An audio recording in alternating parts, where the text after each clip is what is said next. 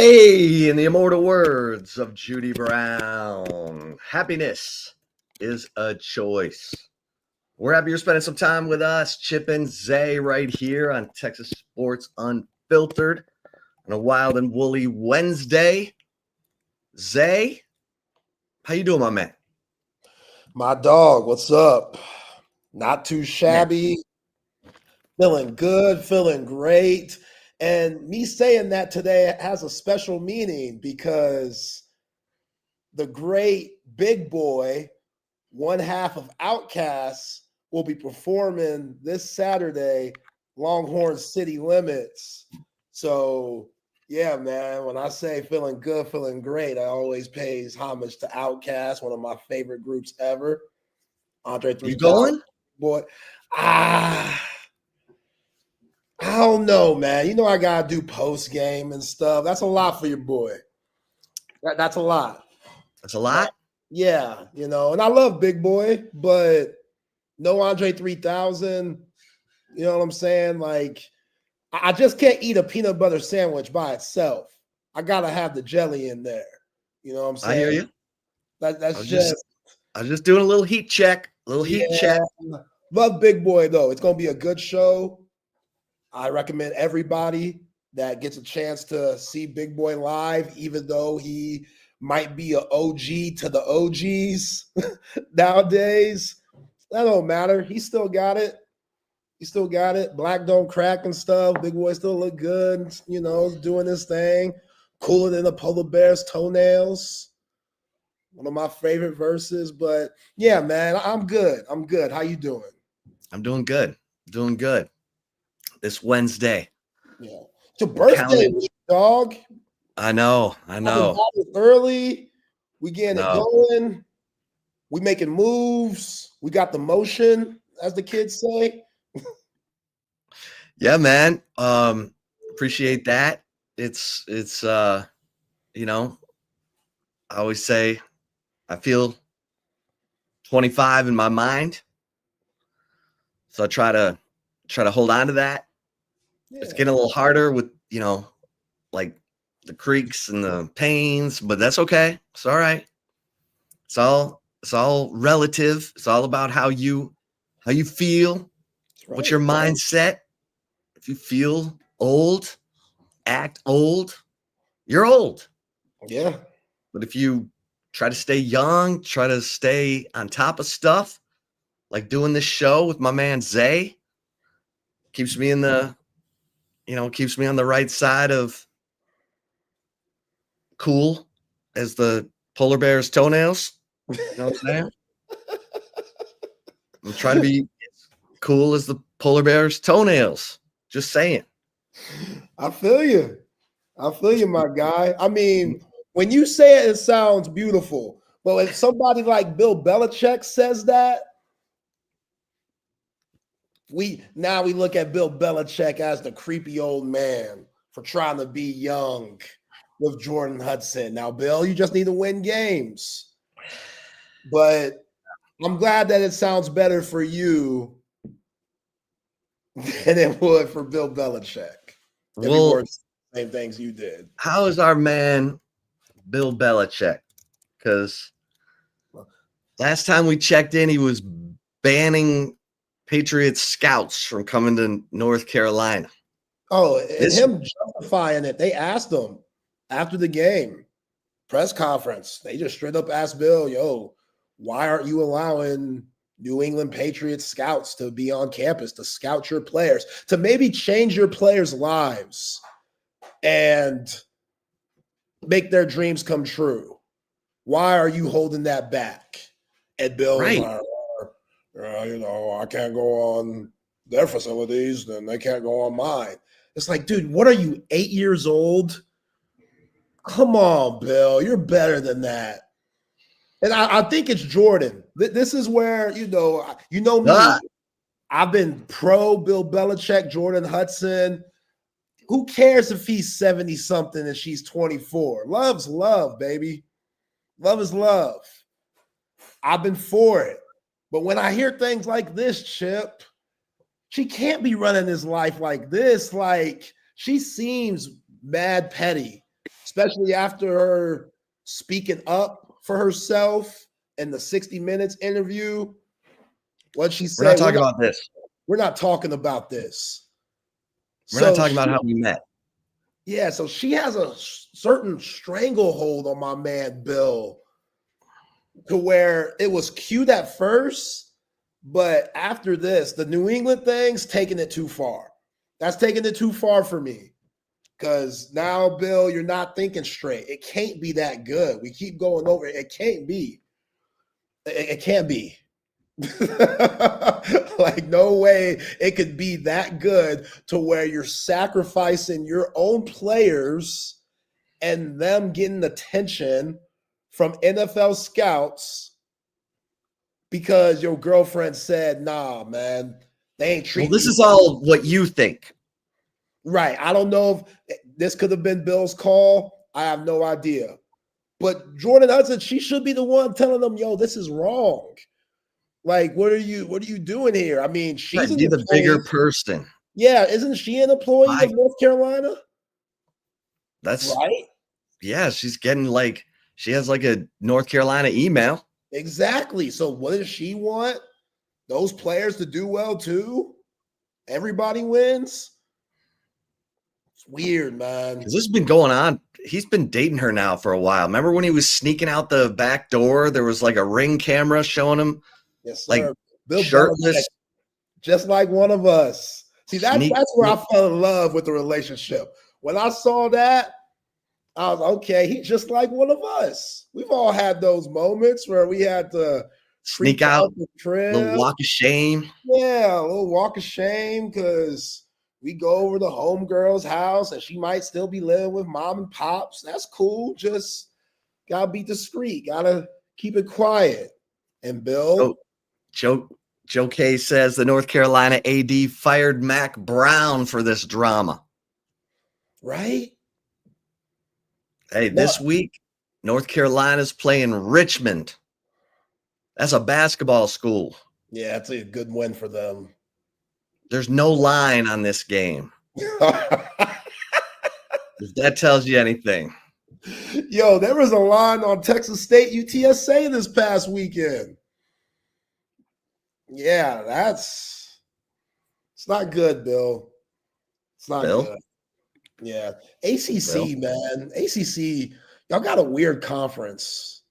I say y'all because you're a SMU Mustang. It's a weird conference this year. Like, how so? Well, Fran Brown running his players after the game, Bill Belichick doing this, Clemson just these last 2 weeks, losing to LSU, okay, but being down to Troy going into the third, there's a lot of weird stuff going on, Yeah. Well, let's go back for a second because I was like, are you taking Texas State against UTSA? And you said no. And Texas State won that game. Yeah, it got me. Yeah, I mean, yeah, they won 43-36. So GJ Kinney wins the Hot Coach Bowl over Jeff Traylor. Traylor's got to be. We're talking about popularity in the coaching ranks, not their attractiveness, right? Right. Okay. The Hot Coach Ball, yo, what are you talking? Yeah, not good looking. Just okay. Who's the rising star coach? Right. Because it was, Jeff Traylor was winning conference championships his first 3 years at UTSA. Then the portal opened and everybody came for his players. You can feel the frustration coming off of him every time he talks. And GJ Kinney now, Texas State was doing nothing in football under Everett Withers and old boy, former Dennis Franchione, and heck, even my boy Jake Spavital.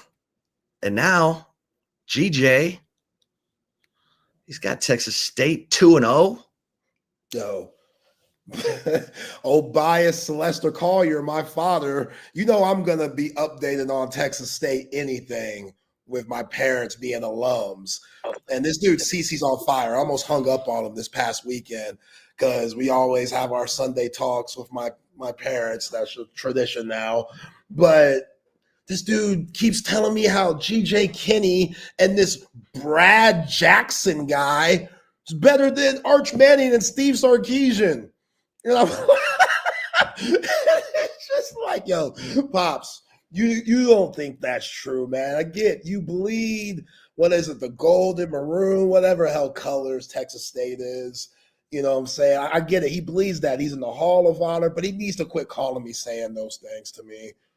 Because Brad Jackson, he redshirted in 2024, redshirt freshman. He's completing 65% of his passes, 5 touchdowns, 1 interception. Yeah. He don't even know his name. He'd be like, yo, Zaya, I'm telling you, Zaya, I take this Texas State quarterback over. I'll take this Texas State quarterback over Arch right now. He can sling it. Arch, something ain't right. Something ain't right. And I'm like, Pops, and I'm settling in. Pops, come on now. Sark, I'll take G.J. Kinney over Sark. I'll take him over Sark. Like, Pops, I feel you. You're excited about your Bobcat. He's excited. Is he going to Arizona? Is he going to Arizona State this weekend? No, he ain't making that trip. He ain't making that trip. Go get a little time out there in Scottsdale? Nah, he ain't making that trip. You know? No. Take the missus? Oh, yeah. He would have to go with her if he were to go. Play a little golf out there at Talking Stick? Yeah, it's probably nice this time of year. Tempe?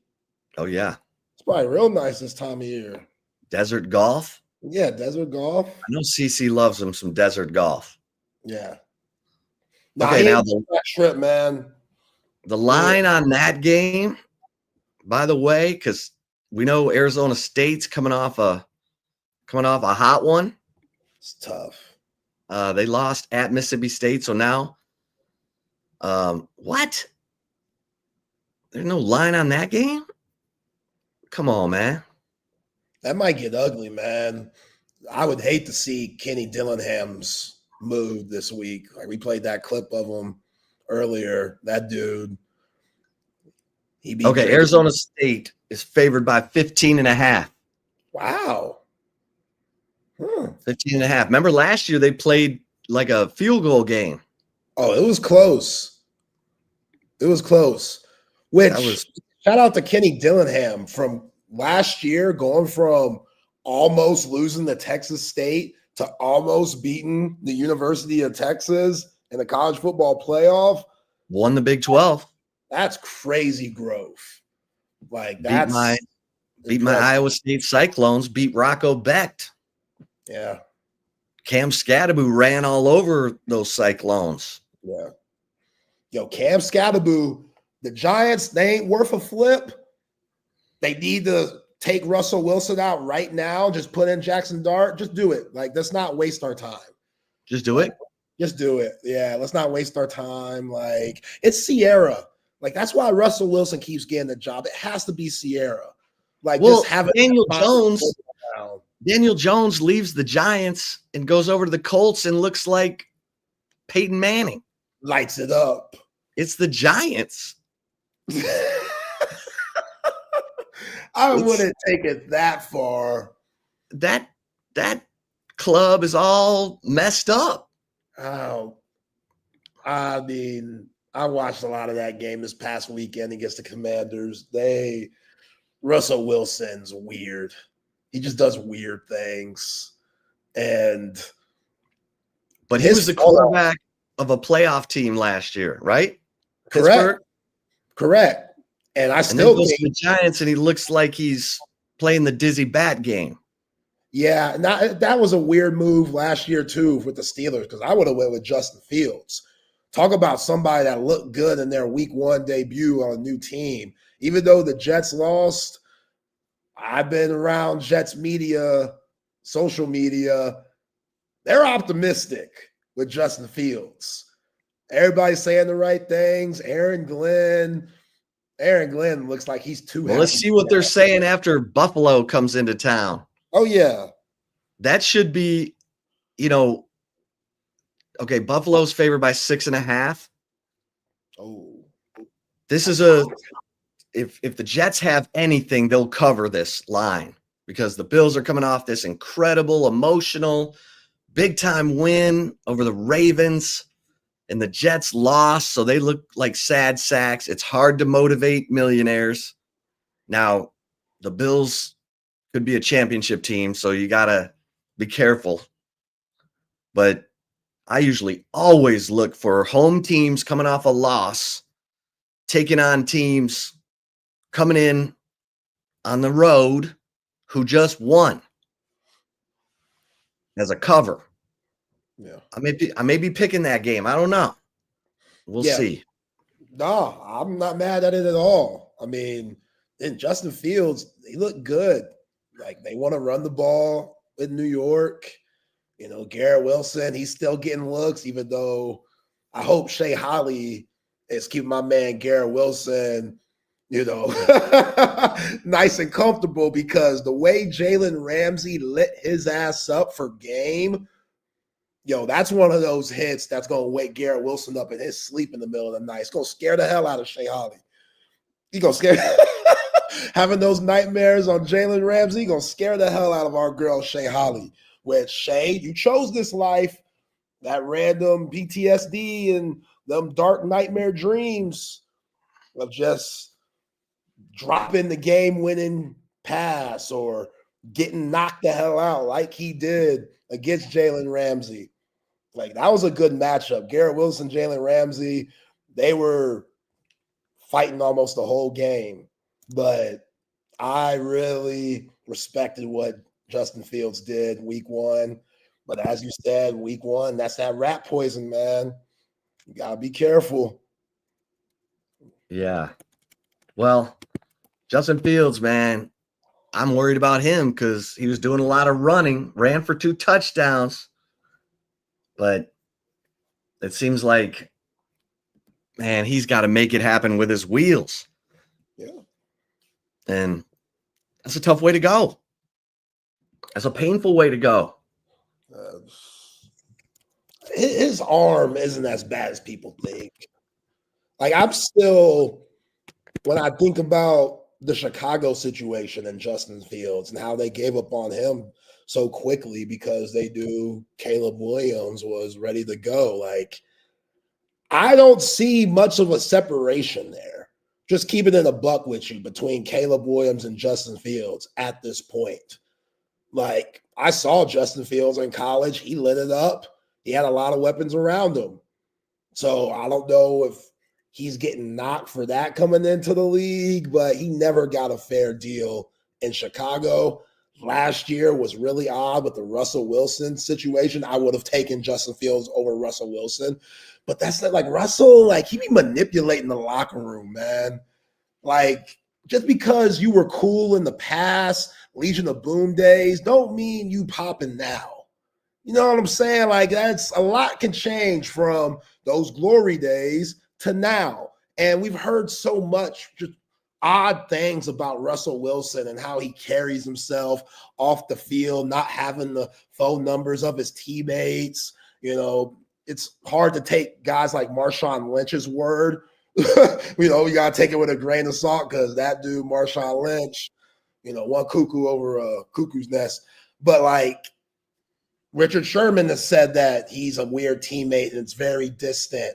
And to the media, he puts on this front like everything's cool and he's the best guy. But behind the scenes, weird, different, just not one of the guys, not one of the homies, So, yeah, Brian Daboll, you might as well go to Jackson Dart now. Let Jackson Dart have an up and down rookie season like most rookies do. And if he's your future, at least you could go into year 2 with that experience. But nobody that's a part of the Giants fan base should be thinking any type of positivity this year in 2025. Yeah.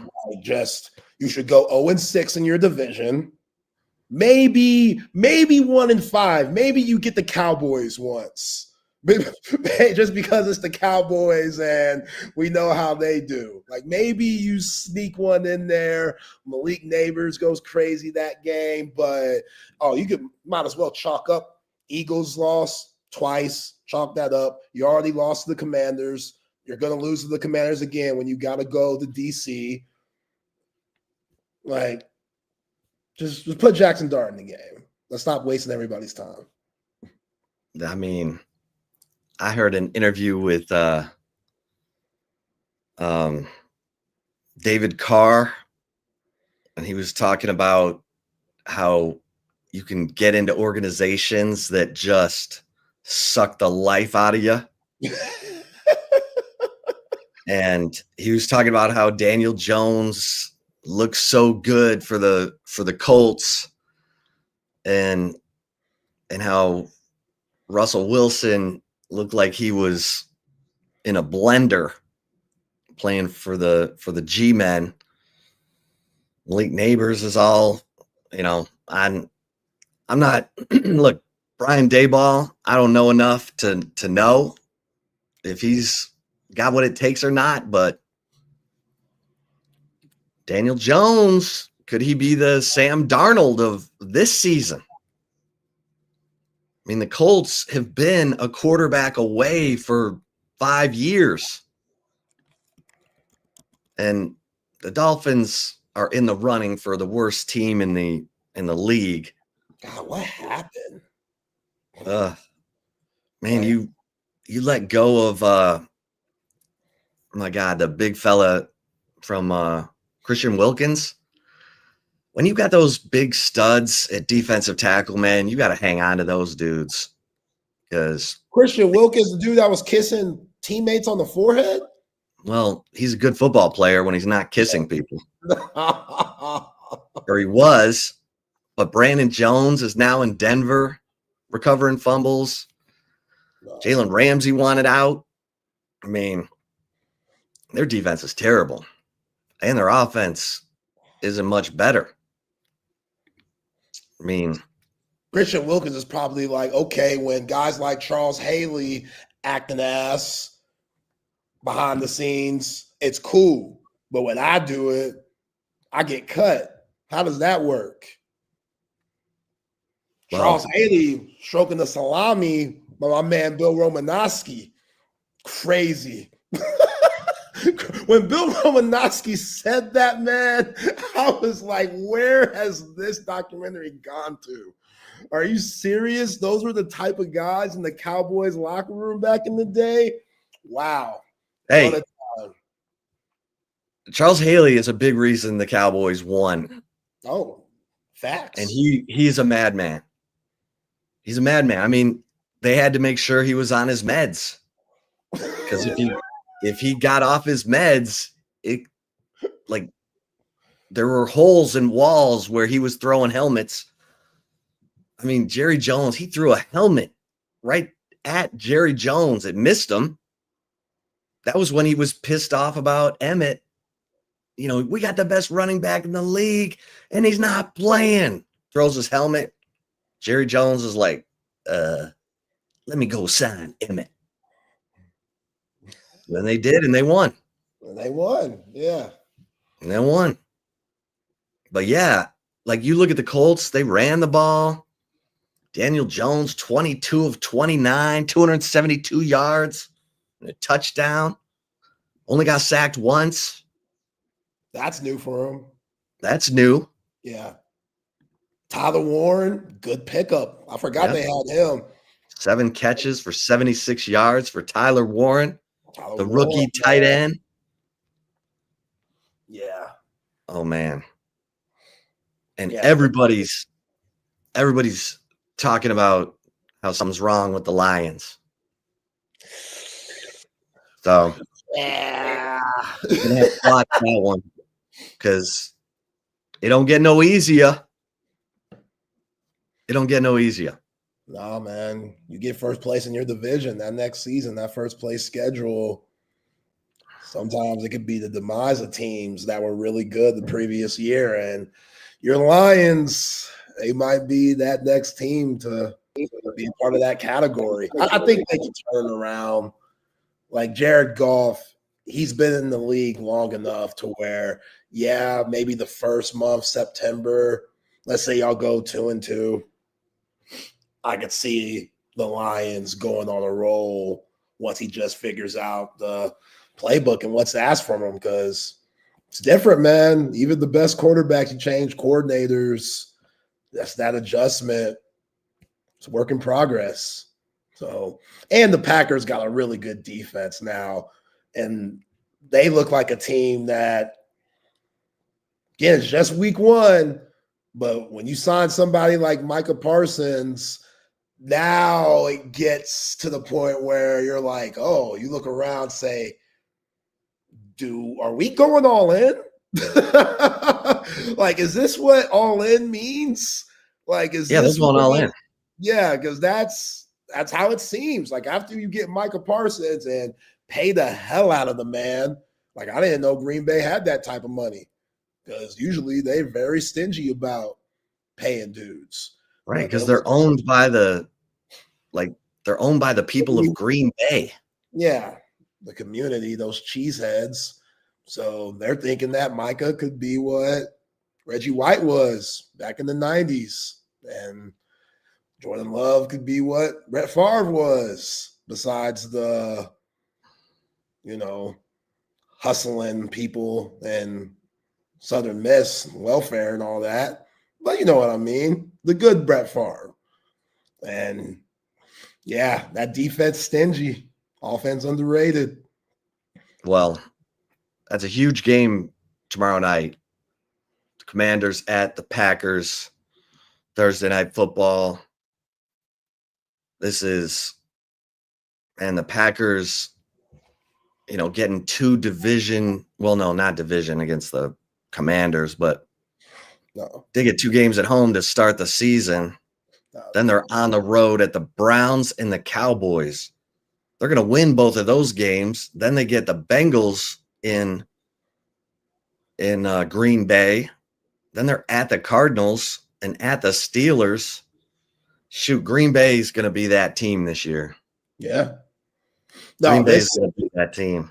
This Thursday night game, you won't want to hear this, but this could be an early look at the NFC Championship. Yeah, I hate to say that. I hate to say it too, for your sake.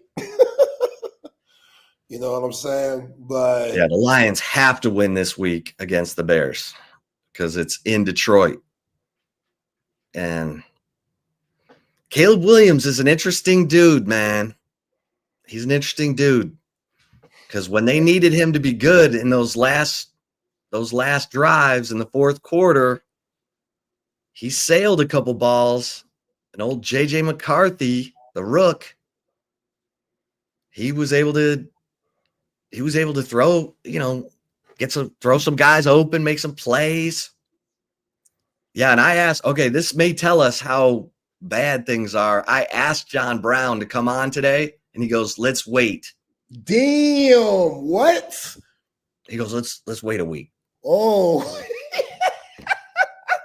Damn, John. That's probably what concerns me more than anything. Hell no. That would scare the hell out of me too. That's not good. That's not good at all. It's not good. I'm hoping he's got like appointments or something, but that's all he said. He texted me back. He's like, hey, let's wait a week. Oh. Yeah, I'm not buying the Bears yet. I'm not buying them. Because as good as Caleb was at OU and that season at USC, he took a ton of hits last year. He probably is struggling to see if he can trust his offensive line. I mean, the guy's got talent for days. He should settle down, and Ben Johnson should help him settle down. But, I mean, you saw he threw a couple hospital balls. Almost got DJ Moore killed. Oh, he's going to throw a hospital ball. Yeah. Your head better be on a swivel if you're a tight end or wide receiver for the Chicago Bears. They got Colston Loveland. That was a good pickup for them. He's definitely going to help their offense. Roma Doomsday already looks a year better. Yeah. Like he's coming around like Quentin Johnson is coming around. Some cats, it just takes a year. Not everybody could just jump into the season and be Jamar Chase. And Jamar Chase had Joe Burrow throwing to him. So that helped a lot too. But a lot of these rookies are second-year guys that didn't have that ideal rookie season.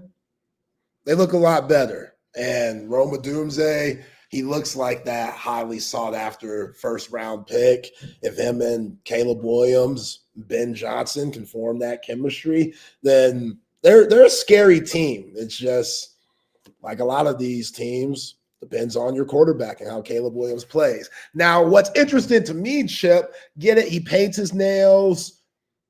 Cool. That's the generation. Him and Angel Reese got the same nail tech. What? Yeah.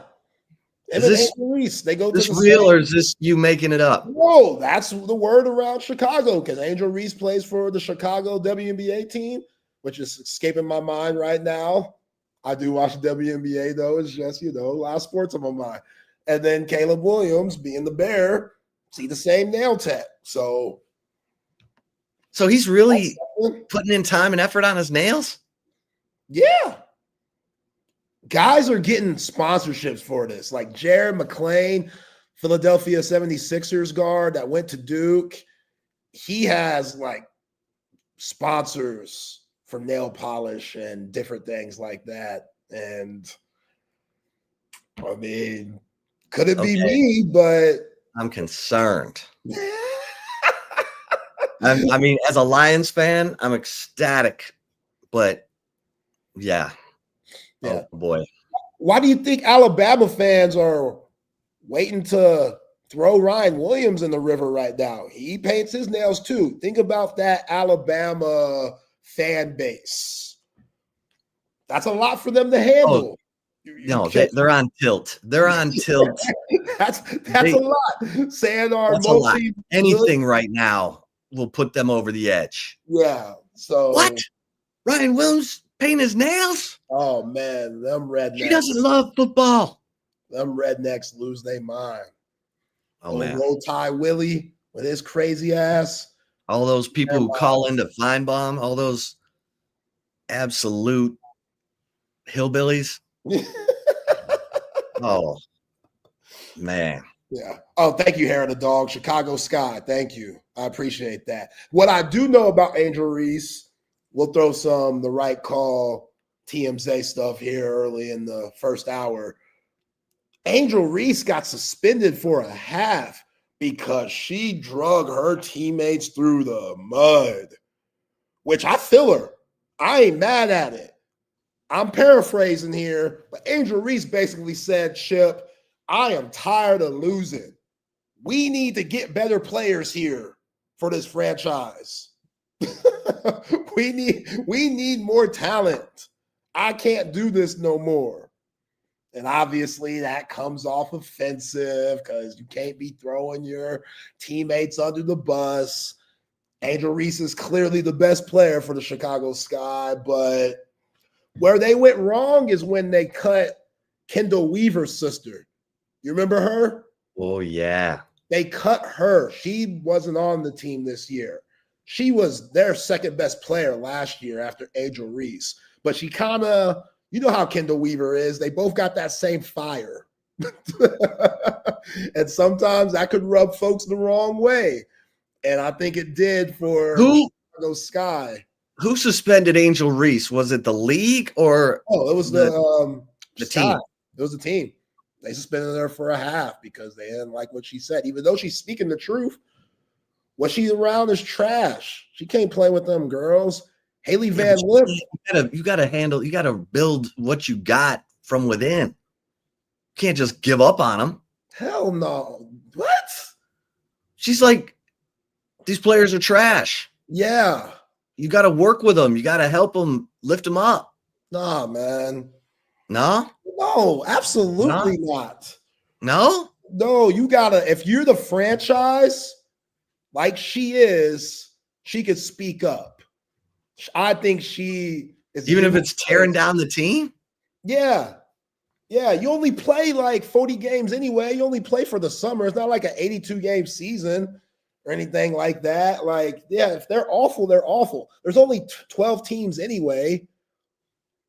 Like our girl, Charlie Collier, she ain't even in the league no more. So think about how many of those where different women haven't gotten the opportunity. I just mentioned Kendall Weaver's sister that got kicked out the league because of her behavior. She's just tough. She's just a little rough around the edges. Like Draymond Green has a little bit of that. Like that provides value. You just got to be able to handle that as a coach. Angel Reese, Draymond Green cost them Kevin Durant. That's not true, man. That is true. That's not. Why do you keep saying it's not true? Because KD said it's not true. Because KD's trying to be the bigger man. He's not going to keep some feud going. Oh, so we just gonna say whenever these coaches and athletes make statements, we're just gonna say it's not true. So when Angel Reese got suspended. Right. But he's saying KD, who clarified the whole thing, that I did not leave because Draymond didn't pass me the ball in clutch time. You can't say the same thing about Sark and the Arch Manning situation. Everybody, a lot of people have been hitting me up. Some of my good friends talking about, oh, Sark full of baloney. Arch is definitely hurt. You see how defensive Sark got? He out here talking about being in the restroom. I'll see you guys in the restroom making faces and stuff. Great dad joke. A lot of people say that's cap. A lot of people, national media, say that's cap. You're a liar, Steve. Arch is hurt. Guess what? Every Saturday, we get to see for our own selves, hurt or not, if those passes are landing in the breadbasket. He was 8 of 11 for, 4 touchdowns to start that game last week, finished 19 of 30. So, and here comes UTEP. They're sending pressure from every angle, lead the nation in sacks. Hell, I said Texas was going to lead the nation in sacks. It's UTEP.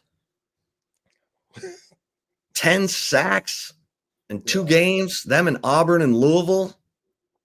And UTEP has the most tackles for loss, 23.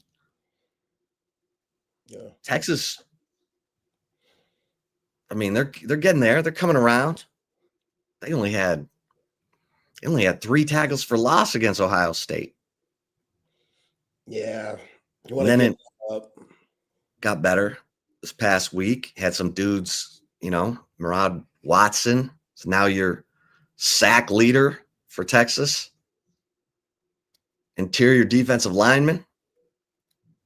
Come on, Colin. But yeah, this will be a good look. This will be a good test.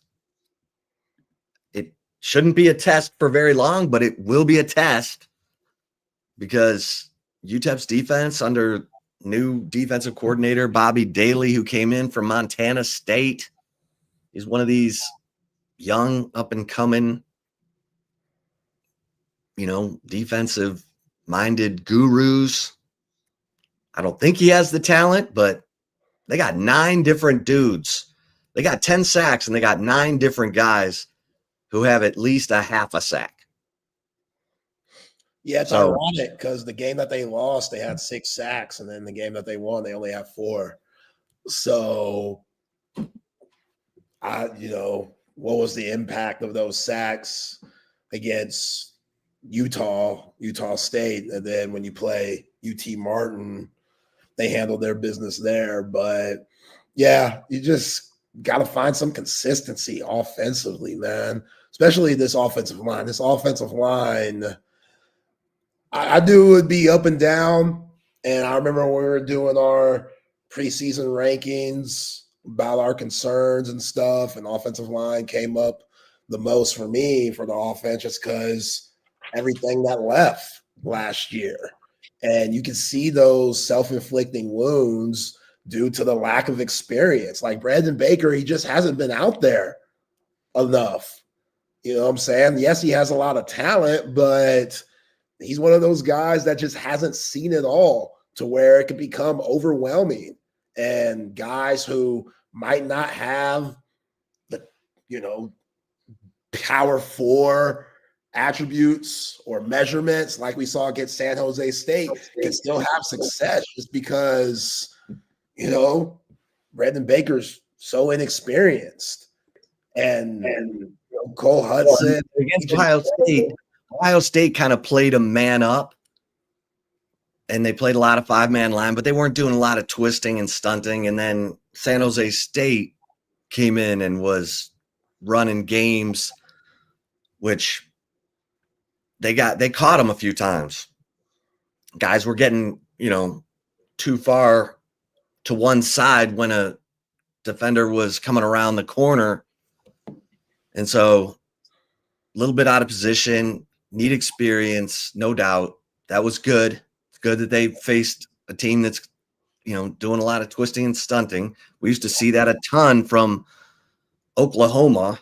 Remember when they had 9 sacks against Texas and 13 tackles for loss? What year was that? It was under Herman.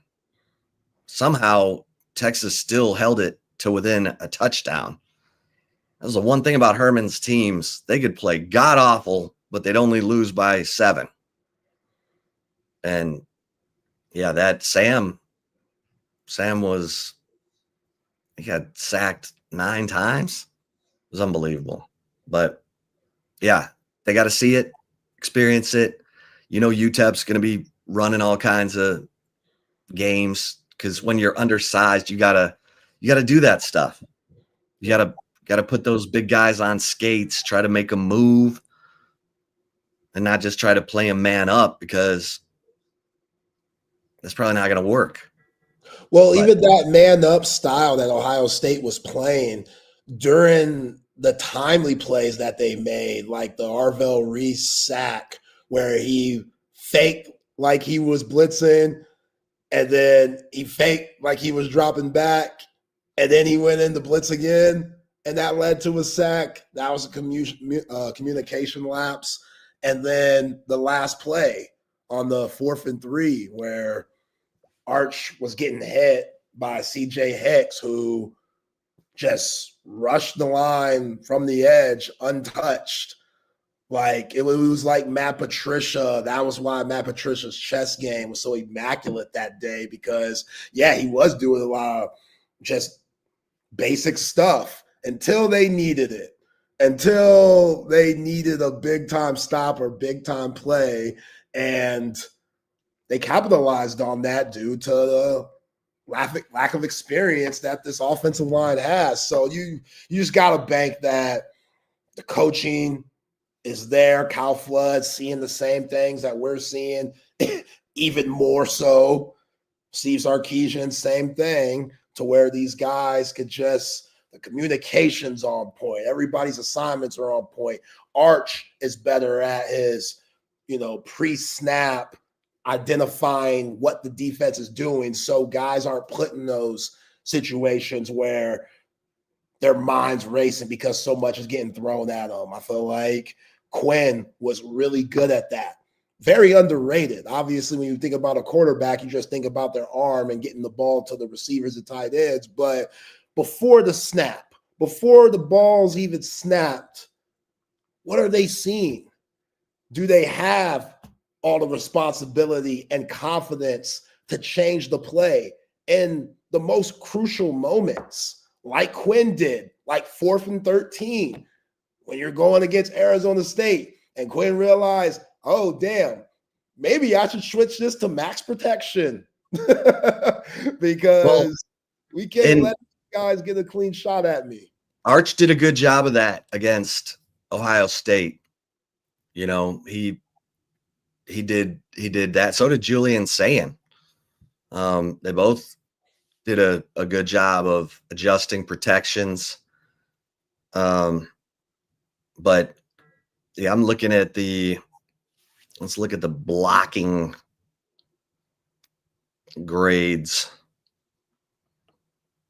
So they're doing a good job of pass blocking. Texas is doing a good job of pass blocking and not doing a great job of run blocking.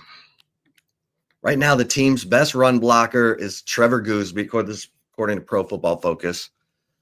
Trevor Gooseby, then Connor Robertson with his 10 snaps, Nate Kibble with his 10 snaps, Jack Endries, Jaden Chapman with his 10 snaps, then Neto with his 48 snaps. Those are your best run blockers. None of those guys except for Gooseby are starting. It's not good. It's not good. You don't like those stats at all. But again, it's a work in progress. Like, this is only their third game coming up. A lot of improvement to have there, but yeah, you don't like those stats. I did not like the way they ran the ball against San Jose State. I don't care if Contravian Wisner was there or not. They gotta pick that up. Like, they have to, because I do think, which Arch will get better at this, but I think Arch, when it comes to him pressing, I think he understands too that, damn, if we don't have no run game, I'm really going to have to make plays. And that could be problematic for your quarterback, where you see those interceptions like we saw. Ain't no way that should have been an interception. Should have just gone down there. Mason Shipley comes out, knocks down the field goal. Obviously, it's not 6, but you still put points on the board and you live to see another day.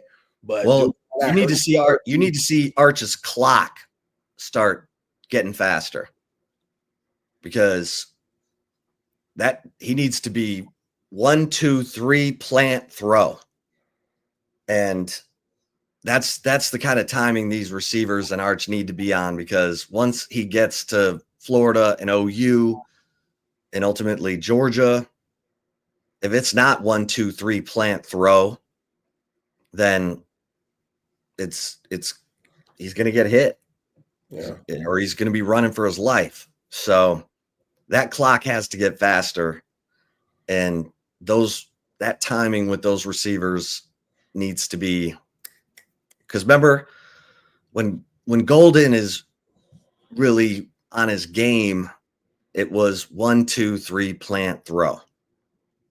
And Quinn, now sometimes his passes were getting batted, but it was coming out on time. And people were timing Quinn, because he did have that kind of 3/4 release and they could get their hands on it. So Arch has got to be careful, because he can kind of drop that arm slot too. But he hasn't, let me see, how many batted passes has he had? I can't even remember one. Yeah, I don't think Arch has had a batted pass yet. Yeah. So Quinn had at least 3 a game, it felt like. Yeah, it was tough, man. A lot. It was a thing. Yeah. Like Quinn's Kyler Murray. Like, it's not like he can't see over guys. He's a good 6'2".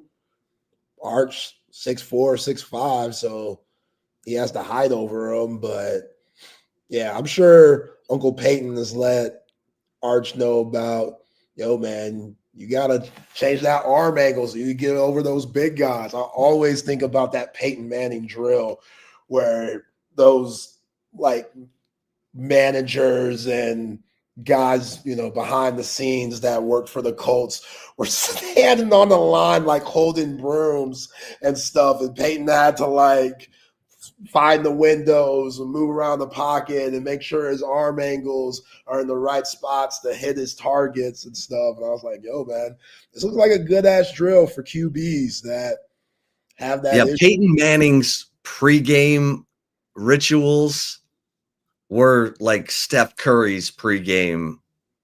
So detailed, so involved, lengthy. Like Peyton be out there, like you said, just him with the guys with the brooms before a game, getting in his getting in his work way before the rest of the team would come onto the field, especially at home. But yeah, we'll see. Arch, you can make a lot of improvement. It can click. And he's got to be demanding, but he's also got to put the ball on the money to be demanding. Yeah. You can't lead unless you're leading. You can't lead unless you're producing. Shoot, man, I saw Bryce Underwood, freshman, cussed out his teammate at Oklahoma this past weekend. That was the best thing I saw all weekend, Chip. That fired me up, man. I started love Bryce Underwood. No, I started shadow boxing for no reason and stuff, man. I was like, yo, this dude's got it. Maybe because it was against Oklahoma. That's why I had some extra juice about it. But I was like, yo, this is a wild scene. You do not see that very often, especially on the college level. Like where a quarterback, NFL, you see it, because guys, they just, as grown men, they can hold each other accountable more. College, you don't see it as much because that whole friendship bond. But seeing a 19, 18-year-old Bryce Underwood cuss his running back out for missing an assignment in the second game of his career. Yeah. Second game of your career, bro. You already feel like he feels that pressure. He's a $10 million man. He feels that heat. Sherrone Moore getting that heat. Sherrone Moore getting all that hate mail. You'll never be hardball. You got to cheat to win. We're Connor Stallions. That's a lot. Not every man can handle that. Not every person can handle that. So, yeah, I like that fire from Bryce Underwood. Do I think Arch has that in him? There's different ways you could go about it to get your point across, to let your team know you're serious. Let your team know, yo, man, all that BSing around, 12 turnovers or 12 penalties, cut it out. Stop. And I like how Arch, things go wrong, Arch puts all the blame on him. That's what I really appreciate. These last 2 weeks, even though they won against San Jose State, gotta be better. I gotta be better. This feels like the media was trying to help him out, like ask him, like, were there any good things that you felt like you did? And he was like, well, I got my guys the ball, and I should have at times, but I still need to be better. Like Arch, he gets it. He gets that part of it now. It's about putting it on the field. Yeah. I mean, I see Joe K, saying Texas is 11th in rushing in the SEC. It takes about 4 games before you start to see who is really doing what. Because right now, Texas is averaging 4.65 per carry. You'll take that. Even though they're not running for 250 every game, you'll take 4.65 per carry. Now, let's see where that is after 4 or 5 games. If it's still 4.65 per carry, Texas is fine. They need to be able to run it when they want to run it. So we know Sark he's trying to get his quarterbacks in rhythm. He's trying to get receivers, some confidence. Like he needs to get Wingo and Moore going, and Arch needs to help. He needs to keep throwing balls on the money so that these guys can catch it in stride, make yards after catch, because that fills their confidence tank. And, 2 weeks in a row, Wingo and Moore, and what they can't do is sulk. They can't be sitting there going, look at Livingston getting all these plays. They all have 6 catches. Livingston's just done a hell of a lot more with his. Now he's getting balls and opportunities where he's going down the field. Wingo and Moore, like, we're kind of the intermediate guys right now. Although Arch has forced a couple balls deep to Wingo that weren't good. One was picked off. The other was double covered. And, D Moore, it's like, man, I finally get a 23-yard reception, and my man Livingston is holding. Take it off the board. But they can't sulk. They got to be the ones like, hey, guys, we're good. We're good. Let's go. Let's go, Arch. Come on. We're good. Let's go. Let's make it happen. Let's make some plays. Because Jack Endries is making plays. Yeah. And it does feel like Arch is trying to get it to Wingo at all costs, and you can't do that. You just can't. Nah, it has to come natural. And you got to understand, too, what the defensive coordinators are trying to stop. Like, they know Ryan Wingo, as far as all the skilled players that Texas has, he's the best athlete. They're going to stay over the top of him. Yeah, you can't let one go crazy because he probably has the most playmaking ability, even though a lot of guys are capable, i.e. Parker Livingston. So right now, Parker Livingston, in a way, is thriving off the decoy role. And he might not be now. It may swing back. Yeah, it's going to swing back. Livingston's making so many plays now. That's good for Ryan Wingo, because if the defense has to hedge and they're unsure, then Wingo's going to be in single coverage and he's going to have an opportunity. And trust me, if he gets one of those post routes or a glance route at 10 or 12 or 14 in stride, he's going to show you explosivity. Everyone's like, what happened? Sark doesn't have any faster. Yes, he does. Yeah. They got to catch it in stride. They got you. That's the whole deal. Tyreek Hill, you get that guy in stride, he gone. Jaden Blue, on and on. So it's that simple. And look, they had 9 explosive pass plays last game, 14 total. You'll take that. They hit their goals. Arch said they want 20% of their plays to be explosive, and they hit it. So, Yeah.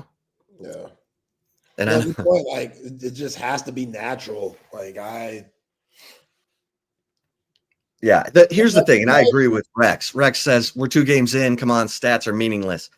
They are, and they aren't. They are if it's bothering the player. And we haven't talked to Ryan Wingo, and we haven't talked to DeAndre Moore since the season started. Those guys have not had the kind of games or whatever that Texas, whoever's making the call on who gets to talk to the media, we haven't talked to them. So, and obviously, they've got 6 catches. They got 5 guys with 6 catches. That's the team lead. So it's just some guys have had better opportunities than others. Because right now you got Livingston, Endries, Wingo, and Moore with 6 catches. CJ Baxter has 7. But he's averaging 11 yards per catch. That's good. Keep throwing it to him. But his long is, 11 yards per game. Sorry. 11 yards per game. So his stuff is so short. His longest reception is 6 yards. So scratch that. Still, you got to have that back as the safety valve. And that's why Quintravian Wisner caught 44 passes last year, was the 3rd leading receiver on the team.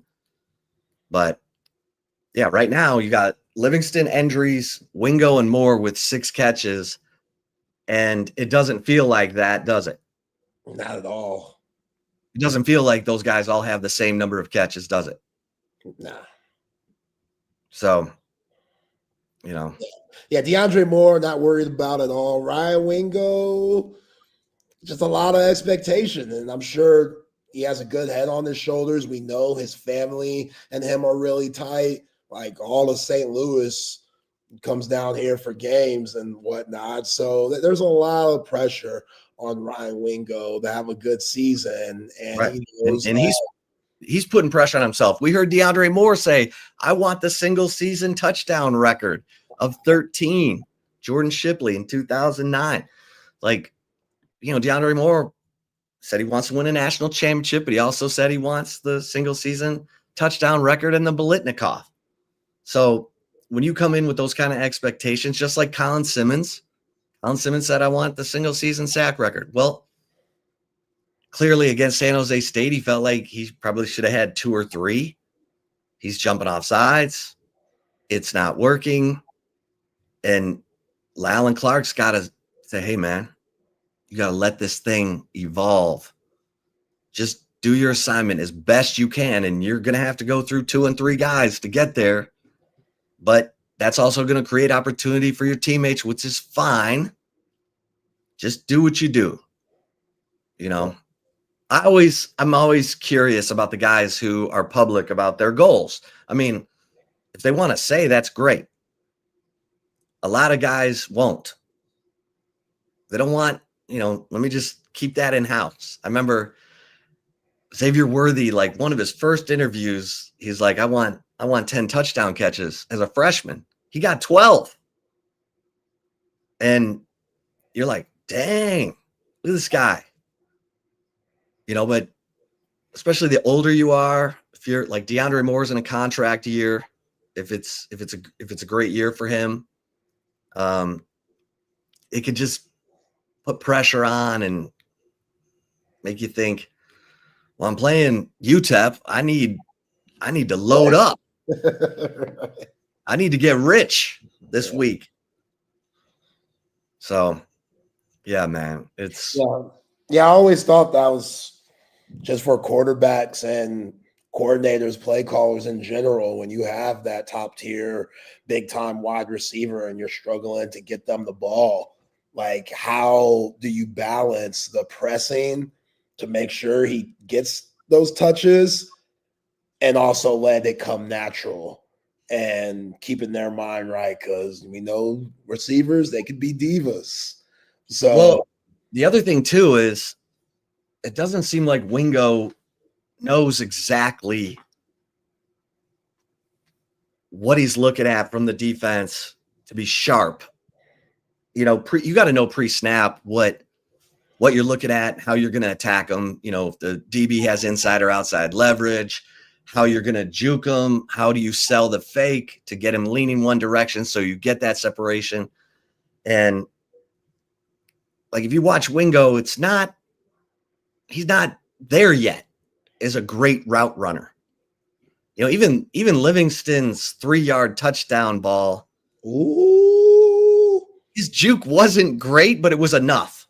It was enough. And he got inside leverage and then Arch put it right on the money. Yeah.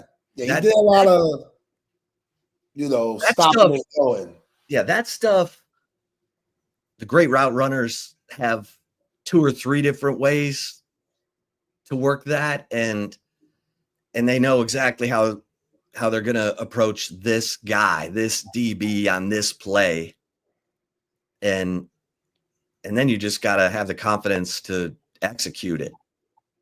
DeAndre Moore knows what he's doing, and he's been open. They just got to hit him. So, it's a work in progress. We knew it was going to take time. The fans are like, but there's time. But it's got to be steady improvement. Yeah. Arch, let's see. He had that 300-yard game against Mississippi State. And then I think fans are like, man, he needs to be over 300 yards every game. I get it. He was at 295 against, San Jose State. And he had, 325 against Mississippi State last year? Yeah, 325, 26 of 31, 325, 2 touchdowns. And, I think I said I had a coach tell me that Mississippi State game is the one that everybody keeps looking for. They want to see that every week. They want to see 26-31 for 325 and 2 tutties, no picks every week. Well, he's in start number 4. This will be start number 5. Yeah. And everyone's like, he's a third-year guy. You don't know until you're out there. Now, if you're Johnny Manziel and your whole game is running around and, playing Sandlot football, yeah. You can go out there as a redshirt freshman. You got Mike Evans down there. Just throw it up to him. Ryan Swope. You got Blazers. You got. They had weapons, boy. Oh, those are weapons. The weapons, man. I think Ryan Swope went into the A&M Hall of Honor this past weekend. Well, good. Good for him. Well deserved. That was their glory. 2012 was their glory. Yeah. Well, Eric Henry wrote about Sark through 57 games as the head coach, and someone tweeted on social media because Sark's numbers are similar. Sark's numbers are better than Kevin Sumlin and Jimbo Fisher through 57 games. And Sumlin hit his peak at the beginning with Johnny. And then and I love Kevin Sumlin, but in A&M, they were working against him. John Sharp was working against Sumlin. It was a mess. But like Sark's numbers, he started off slow. He's building it. And now he's doing that. Jimbo was like this the whole time. And, Sumlin was like this. He started off at the top, had the Johnny Manziel year, beat Alabama in Bama. Johnny wins the Heisman. And then he had Kyle Allen and Kyler Murray. Jake Spavital was the OC there. Yeah, because Cliff was gone by that point. Yeah. That's where it went wrong. Once Cliff left. Well, Sumlin, he couldn't decide between those two, and it just was like, we're both out of here.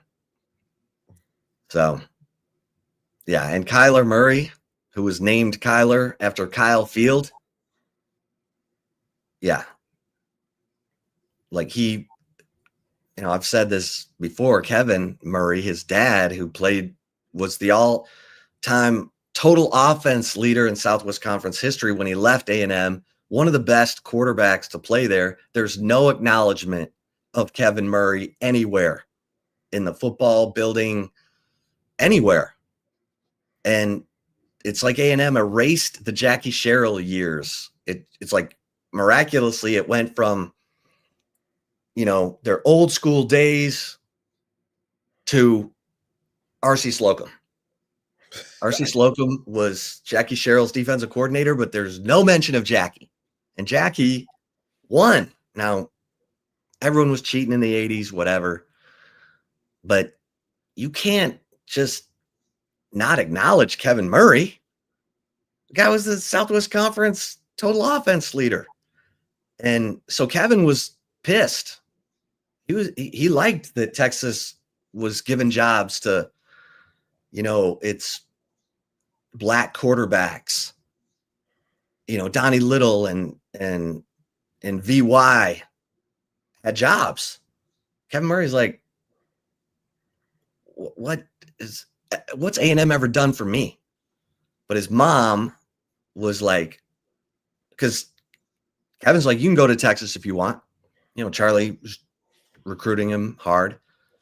And Kyler's mom was like, we didn't name you Kyler after Kyle Field for nothing. Like, you need to go to A&M. And so. Yeah, that worked out. Yeah. But who knew? He ended up winning the Heisman as a boomer. Yeah. As a boomer Sooner. Yeah, I heard he had diarrhea this past weekend before before the game against the Saints, which the Cardinals won. But it came in injury report, illness for Kyler Murray. And then he went on somebody's stream and was talking to him while he was on FaceTime. And the Kyler said he was up to all night on that toilet, boy. Bubble guts. Them bubble guts, them BGs. They had those clean, all white, icy whites, man. Yeah, I love those uniforms. The Lions had their icy whites going. Yeah. Yo, Will Johnson, corner from Michigan, now with Arizona. Yo, there was some brutal Michigan, Ohio State crime in that game because Will Johnson laid out Chris Olave. It was bad. I thought it was going to be a penalty. That's how hard of a hit it was. Like, it was clean, but it was such a hard hit. There was so much impact from that hit. You thought something typological was going to get thrown out just because, like, it was one of them scary movie type of hits. Like, oh, like, damn. Talk about PTSD, Chris Olave. He going to have that on Will Johnson. Will Johnson's for real. He's been for real. All right, so is Miami going to be the worst team in the NFL or the Giants? Oh, how can that even happen with that talent? Like, I get getting smoked by, well, I don't get that, but it's the NFL. It happens. But they have too much firepower, you know? Like, you got Jalen Waddle and Tyreek Hill and, you know, A-Chan, speaking of A&M, and, you know, yeah, but if McDaniels lost the locker room, it don't matter. That's it. That's where you could see something's fishy because he's always been an odd guy. And if he's lost that locker room with his nerdy self, yeah. I mean, it don't help when your leaders got 15 kids, 12 different baby mamas. That ain't a good look either. I remember when Tyreek Hill was talking about retirement. Boy, you can't retire anytime soon. You got to collect as much paper as you can because that child support is going to come knocking every month. And you better be ready to deliver. So if I'm Tyreek Hill, you're probably still faster than 90% of the league anyway when Father Time does hit you. So, yeah, you better hope that he's taking care of your body and stuff like that. But, yeah, Tua, McDaniel, Dolphins. I'd love to see Quinn out there. So if Tua no, I wouldn't. Not with this team right now. I mean, just show flashes because everybody's going to expect the L's to come, even with Quinn, Tua, whoever's there at this point. Well, I'd let Tua take as much of the snaps, you know, through the early going as possible. Yeah, week 8. Come in week 8. Teams last thing you want is to rush a rookie. But who knows? Maybe it's coming together for Quinn and he's, you know, getting that ball out and making the progress. You know, Mike McDaniels is an offensive-minded guy. He's worked with quarterbacks. So maybe Quinn's picking it up, but man, that team looks like a train wreck. Rob is like, Rob's a big Boston guy. If my Pats blow him out, then yeah, Miami is bad. He said, but I expect a street fight in Miami this week. And let's see. Miami is favored by 1.5 in that game. New England at Miami, noon on CBS. Giants and Cowboys, noon on Fox. Yeah, Cowboys will get the dub there. So Overshone, I wonder if Overshone's on PUP for 6 games or 4. Wait, he's coming back this year? I don't know. Is he not? I don't know. I just assumed with how when that injury was. I know medicine's come a long way here in 2025, but science and all. But if he's able to play from that gruesome injury, he's hoping for mid-season. Mid-season. Okay, good for him. Yeah. I remember what they showed in training camp where he was celebrating and he took off running when whoever scored the touchdown, and everybody was like, damn, that knee's healing up quite well. Well, he had the trifecta. He tore his ACL, MCL, and PCL. That's what I'm saying. Like how is he available this year? He tore 3 of the 4. Well, just like CJ, I mean, it's tough. It's a tough recovery, but CJ made it back. The problem is CJ's injury happened in August. Overshone's happened in December. So he's going to need that extra time. And look, mid-season is probably aggressive. It's probably a 10-month at the earliest, which would be October. Yeah, on this Cowboys team, I'd hang it up 2025. I mean, he's a competitor. He won't do that, but this team, I don't know if it's worth risking it all. With his injury history, I don't know, man. What do you think of that? What do you think of the linebacking core for the Cowboys? Let me look and see. After the delay, the defense was stingy. After the rain delay, the defense, they were stingy, man. Maybe it was that hour, 5-minute rest that they got, but all of that running Jalen Hurts and Saquon were doing early in the game, that stopped. So it got better. It's just because my man Jack Sanborn, he had a tackle for loss. He's playing with Kenneth Murray, the former Sooner. I was like, who is Jack Sanborn? But he only had 2 solo tackles. Like, look at the stats on AJ Brown and Devontae Smith. Those guys didn't do anything really. So, well, your best players on your defense are in your secondary, right? You got Diggs and Bland, and I don't know. Jury's still out on Donovan Wilson at safety. But yeah, they need help up front. Hooker's been good. Malik Hooker. So that's a plus. Yeah, they're probably about to cut Mozzie Smith. He was on the inactive, healthy inactive. Like, dude, that was y'all's first round pick a few years ago. He was on that Michigan team. Yeah. The Cowboys, they had the corner from Michigan who was good, who's left.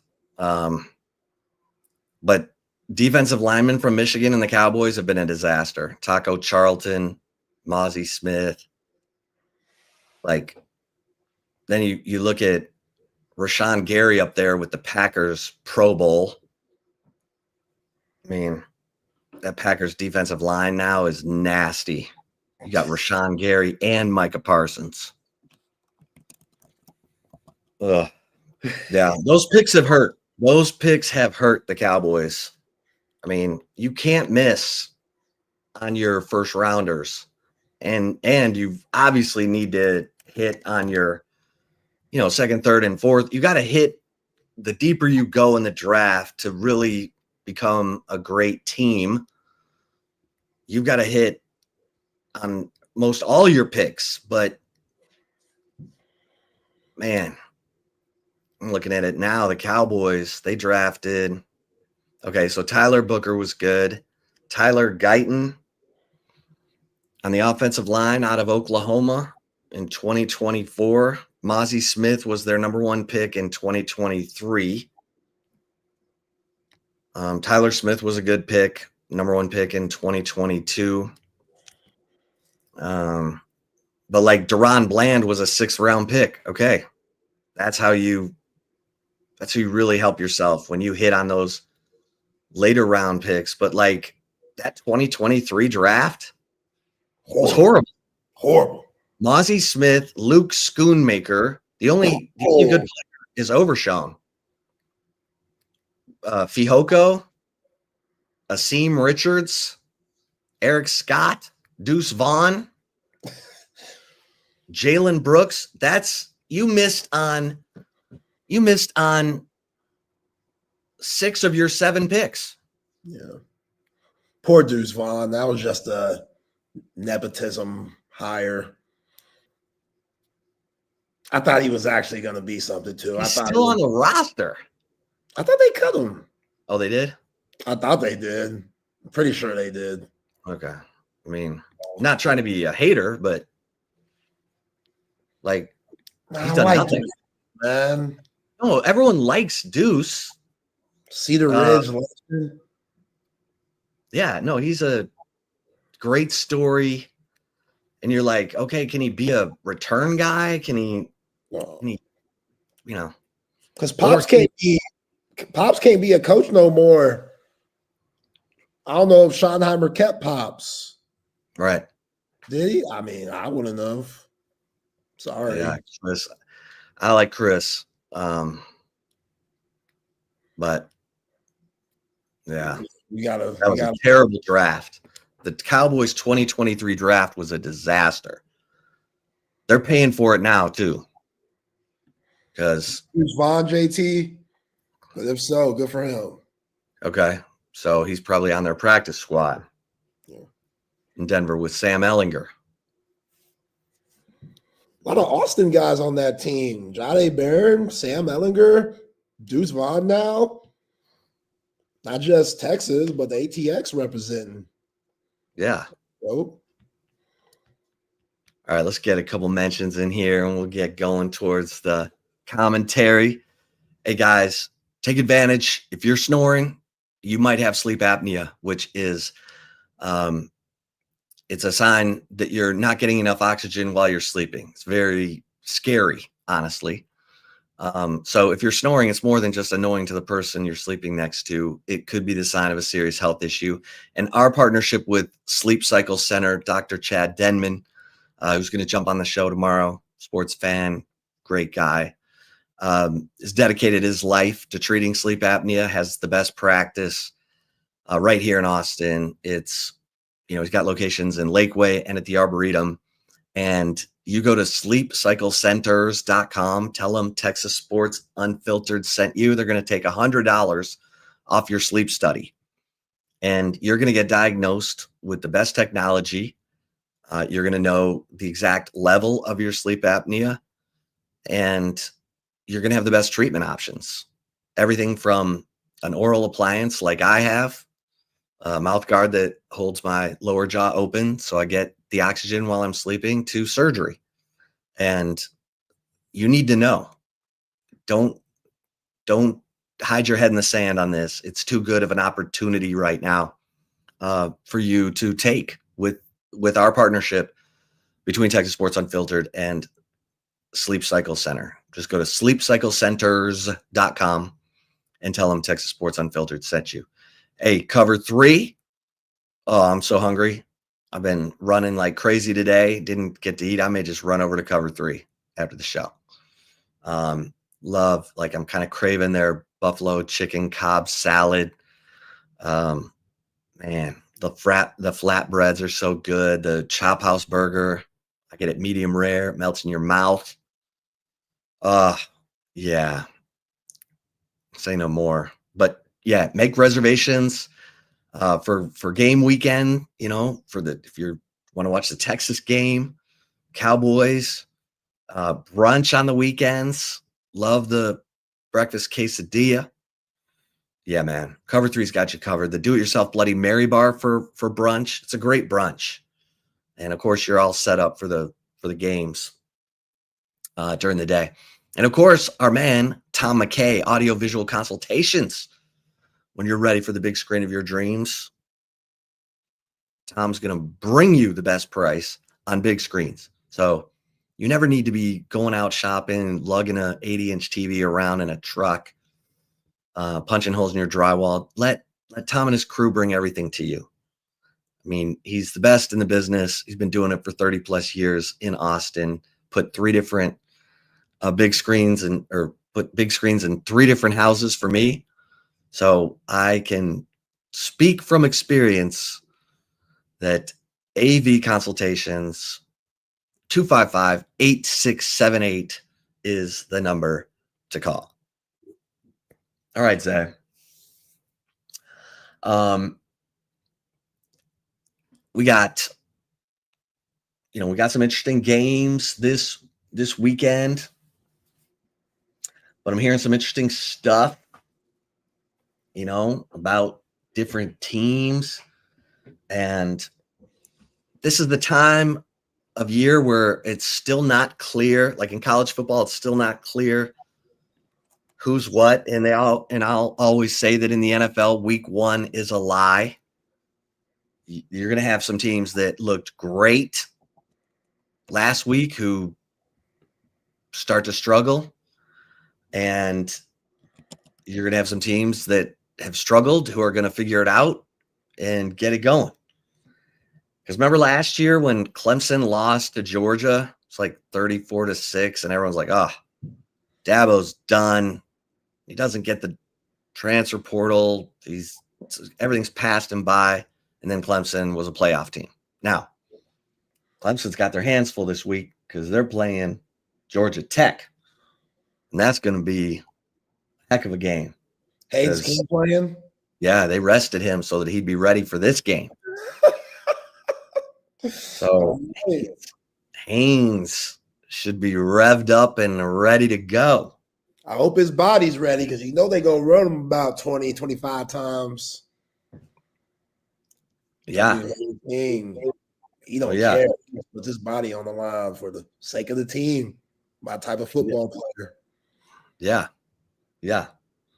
But some interesting games, like sneaky good. Vandy at South Carolina on SEC Network Saturday night. Diego Pavia against Lenora Sellers. Very similar type offenses, where the quarterback has to make seemingly everything go with their legs. And can't wait to see that game. A&M Notre Dame. Okay. Let's see, because A&M's defense has been a little leaky. Yeah. They're not really stopping the run. And you got Love coming at you. Like Notre Dame's going to test you in the running game. Because we know that Marcus Freeman, physical, going to beat you up on defense, play a lot of man, which could be good for Marcel Reed. Play a lot of man coverage, turn their backs to Marcel Reed. Can he get past the line of scrimmage and make some plays with his legs? This is a big grow-up game for Marcel Reed. Because if he can go into South Bend and I thought he looked really good last year when he was playing against Florida and against Arkansas and Jerry World. He kept his composure. He couldn't get anything going against Texas because Texas's defense was ridiculous. But Florida at LSU, like Billy Napier and DJ Lagway, everyone's pronouncing him dead. But if that kid doesn't spit on the South Florida guy, Florida probably runs out probably wins that game by 1 or 2 points, but still, what do they got going on in sports, man? Jalen Yeah. Carter. Can we stop spitting, please? It's gross. Let's not, baseball. That's one thing. Those guys are all, they're not so close to each other. Yeah, but they ain't spitting on nobody. They're not spitting on other players. No, but Florida, LSU. I mean, if you're Florida, the athletic director came out and had to give a vote of confidence for Billy Napier, who I think that guy's a good coach. And I think obviously his players were not sharp against South Florida, because South Florida they've got that quarterback and a couple of receivers. They don't have a great running game. I mean, but their defense, Todd Orlando, baby, head like a whiskey barrel. Watch out, man. Can South Florida, with all that confidence on defense, can they give Miami a scare? I mean, that's the thing. If you're Alex Golish, coach for South Florida, how do you get your guys locked in for another huge game coming off of that high in Gainesville? Because that's the state school that you just beat. You got paid $500,000 to go beat that ass. School. Yeah, to go beat that ass. So now you got to say, all right, guys, clear all the alcohol out of your system. Let's get ready to play another top 25 team to see if we can shock the world again. Like, that's a lot of emotion to get over, and to be an underdog, like, it's minus 17.5 right now. That's a lot. I'm still taking South Florida on that. Yeah, I'll give Todd Orlando the benefit of the doubt to cover that. But yeah, those, South Florida beat Boise, the playoff team. Yeah, I'm still if I'm a South Florida player, I'm still partying tonight. We still enjoying the fruits of our labor. I'm still hitting the streets of Tampa, asking these women, "Hey, terrible. Y'all see us smash?" You're a coach's kid, and you're a coach's nightmare. Yo, you. Hey, keep partying. You don't got to slow down till Thursday. And start hydrating. Yeah, Thursday. All right. Be cramping all over the place. They'll be down there. I asked Coach, Coach, can we go to Miami early? You know what I'm saying? That's why Joe K's sweating, or Rob's sweating. His Patriots, every time they go to Miami, they lose because it's muggy and they're cramping. Yeah. Like, you want to play Miami late, where you're not in 1,000% humidity and 90-degree temperatures. But yeah, man, it's a sneaky good week of college football. And then it's you got, we haven't even talked about Georgia, Tennessee, Arkansas at Ole Miss. Like, Ole Miss just went to Kentucky and won, so they'll relax. And Arkansas will come in. Taylon Green's playing great. Watch out. And then, you got Wisconsin at Bama. Bama favored by 20.5. Okay. And then in the NFL, like, Joe K, I say yes. I say Green Bay covers. Their defense isn't going to let Caleb do diddly do. Wait, that's the game tomorrow? I thought it was Commanders Packers. Oh yeah, it is Commanders Packers. Oh, am I reading that right? Right? Yeah, it says Bears. Oh yeah, it's Commanders. Okay. So, Commanders, that's a different story. Yeah.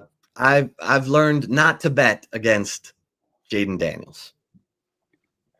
I mean, they didn't look great week 1, but no. But Debo was good.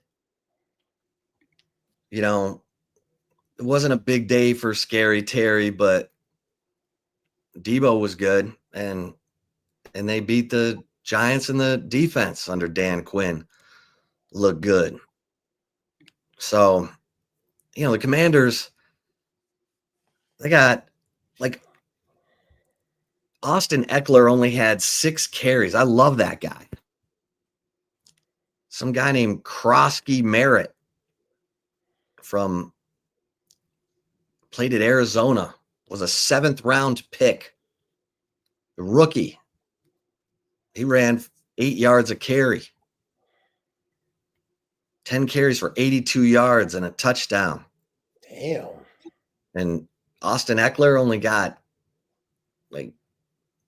10 carries. That guy can catch the football. I mean, Eckler didn't keep him this game. Yeah. Eckler had 3 catches for 31 yards. Scary Terry had 2 catches for 27 yards. Noah Brown. I mean, yeah, Debo had 10 catches or 7 catches on 10 targets. But Jaden Daniels is the equalizer, man. He ran the ball 11 times for 68 yards. That's 6.2 a carry. That's just rough. Yeah, he just glides out there, man. He is so smooth. Nothing phases him, it looks like. I think that's going to be a great game. Yeah. And I don't know if Green Bay covers early the 3. NFC Championship matchup right there, Chip. I hate it. Too early, both of those teams. John Brown didn't even want to come on with us today. John Brown said, I can't do it. John Brown said, let's wait a week. John Brown at home eating them Amara St. Brown Honey Nut Cheerios. I couldn't find those Honey Nut Cheerios at the. I'm going to go look for you. All right. If you see them, I'll pay you back. Man, please don't pay me back for no Honey Nut Cheerios. I know inflation's crazy, but you're good. I mean, I'd love to put that up on my. No, I got you. Or something, But yeah, man, I'm excited. I'm excited to see, player development in the Texas UTEP game. Yeah. How hot's that going to be? Let me ask you this. Sadir Mitchell left LSU after 2 weeks. Former Texas defensive tackle, went to LSU, big part of Bo Davis. Bo Davis said, I'm out. New Orleans Saints, here I come. Sadir Mitchell still at LSU. 2 weeks into the season for a team that has a lot on the line this year. Sadir Mitchell says, I can't do it. Sorry, Brian Kelly. I'm out this thing. Yeah, I had people say, he's from New Jersey, and I had people say he needs to go back home because Rutgers? You want him to play for Rutgers? No, I'm saying people who know him say he feels like he's not comfortable being this far away from home. I don't know what to tell you. The guy's getting all kinds of opportunities at Texas, at LSU. If you leave now, trust me, your next stop is not going to be good. I don't know. Maybe Shanu will take him, because can we get the brother a slice of pizza and some gabagoo?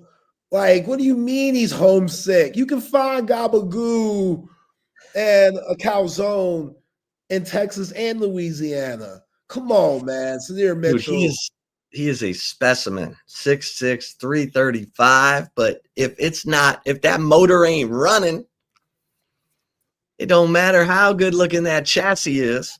I think he got bigger too, Chip. I think they had him clocked in at 355 at LSU.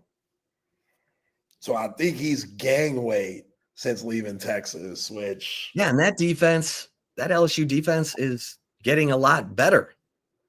Like Sydir Mitchell should be fighting tooth and nail. I don't know. Maybe he's got something. Maybe he needs to go home. Maybe he left for personal reasons. I don't know. Yeah. But that's unfortunate for him because these are great opportunities at Texas and LSU. You know, there's NIL money to be made. So I heard Louisiana radio talking about this situation with Sydir Mitchell, and the guy said, paraphrasing here, but they're all defensive line coach, Kyle Williams. He wants slimmer, more agile guys than the big hosses that take up a lot of space. So Bo Davis, one of those Ramondre Sweat, bigger guys. New defensive line coach for LSU, Kyle Williams, like one of their defensive linemen that's thriving right now is only like 6'1", 270. Just because in that system that Blake Brown is running, it works for those types of players. Where Sydir Mitchell just might not fit for him. But if you're good enough, they make it fit for you. Like if you're an impactful player, they're gonna fit you into whatever scheme they have. They're gonna get you on the field. So well, here's the quote from Brian Kelly as of yesterday, his press conference. He said, "I can confirm that Sydir Mitchell is no longer on the roster. We have standards that need to be met, and those standards weren't met. Like any business or organization, you have workplace standards. Those standards weren't met." So if you're telling me he was 355, yeah, that ain't going to work. Damn, that Brian Kelly, that's a little cold, bro. It is cold. That's a kick on the way out the door. Yeah, like we fired his ass. Right. Like, damn, can we give the brother a chance to redeem himself, to maybe lose the weight, go on the diet, Atkins, you know what I'm saying? Whole 30. There's a lot of diets out there where you could shred the weight. Whole 30. 30, Atkins diet. Hell, put them on the glutides. Yeah, glutides. Ozempic or whatever they're, Serena Williams, like right. something, but just to straight up give up on him. And that's Sydir Mitchell. How are you carrying yourself around campus? Because you can still be a good teammate, bro.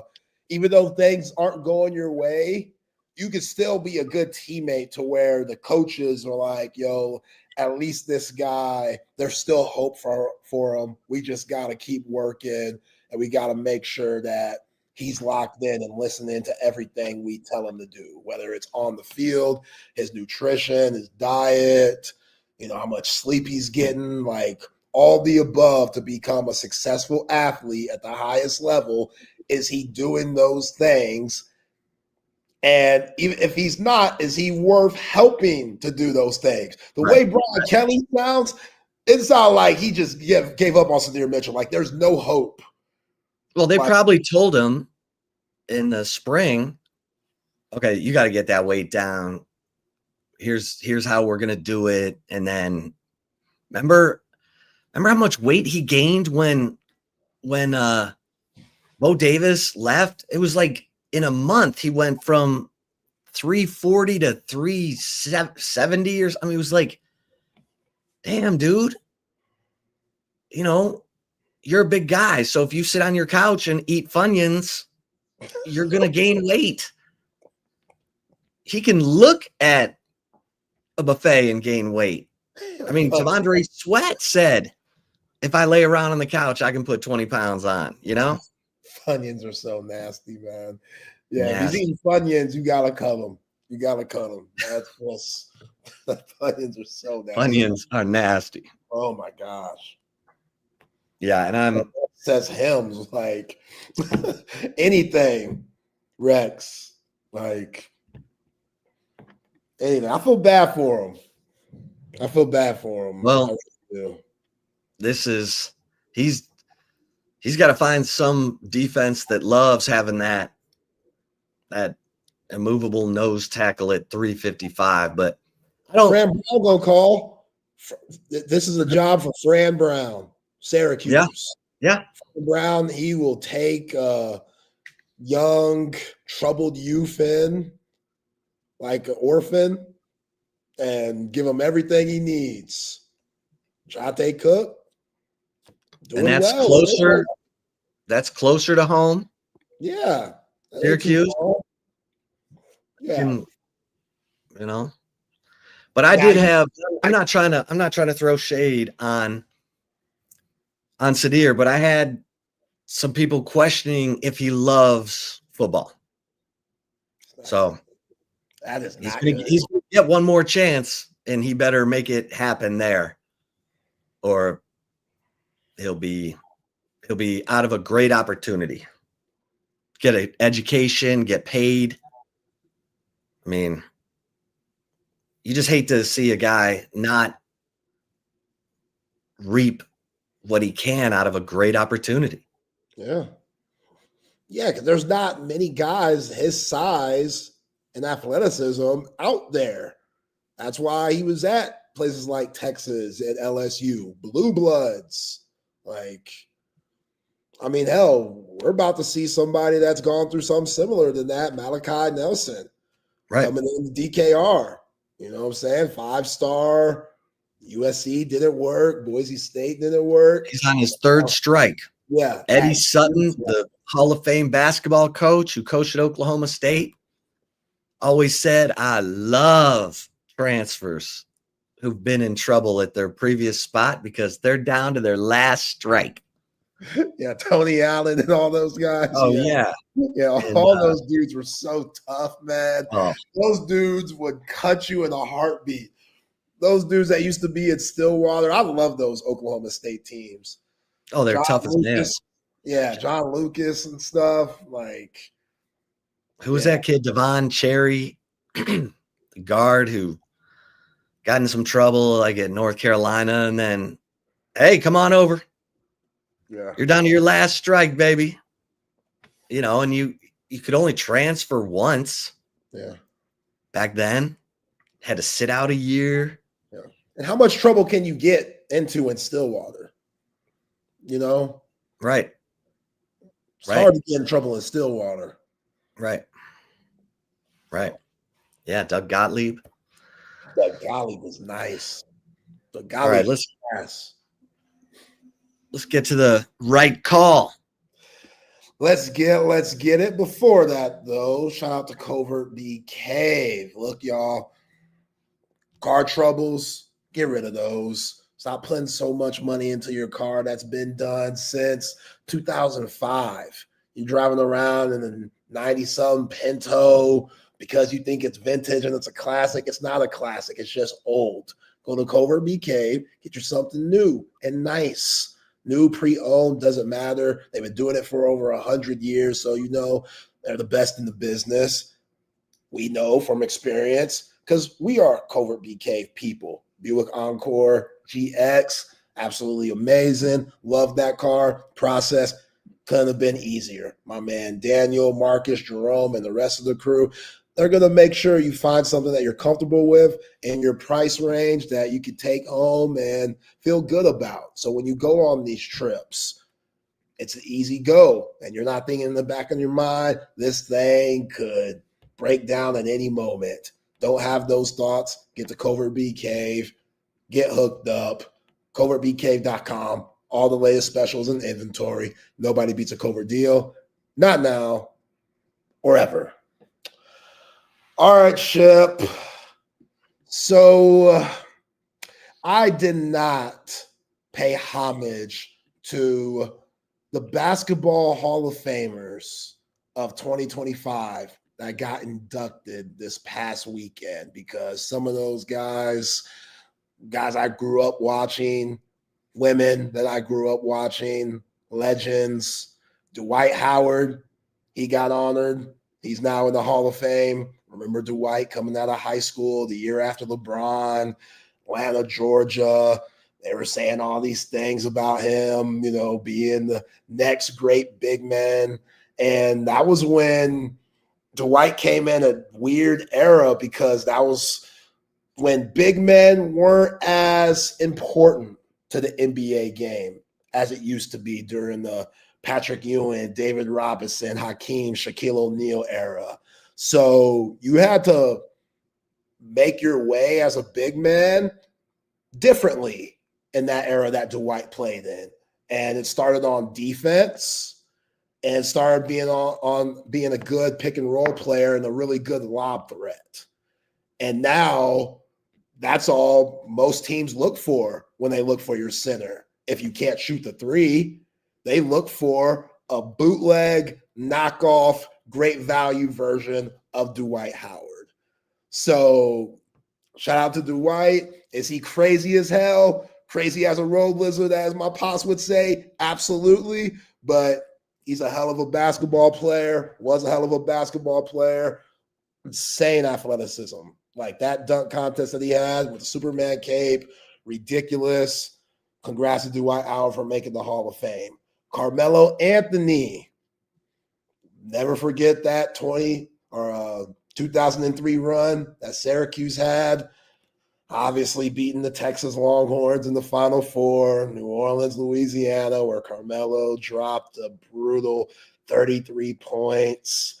Couldn't have made it look easier. Rick Barnes was throwing the whole kitchen sink at Carmelo and Jerry McNamara, and Carmelo, 18, 19 years old, just kept answering with shot after shot. One of the prettiest jumpers you're going to see.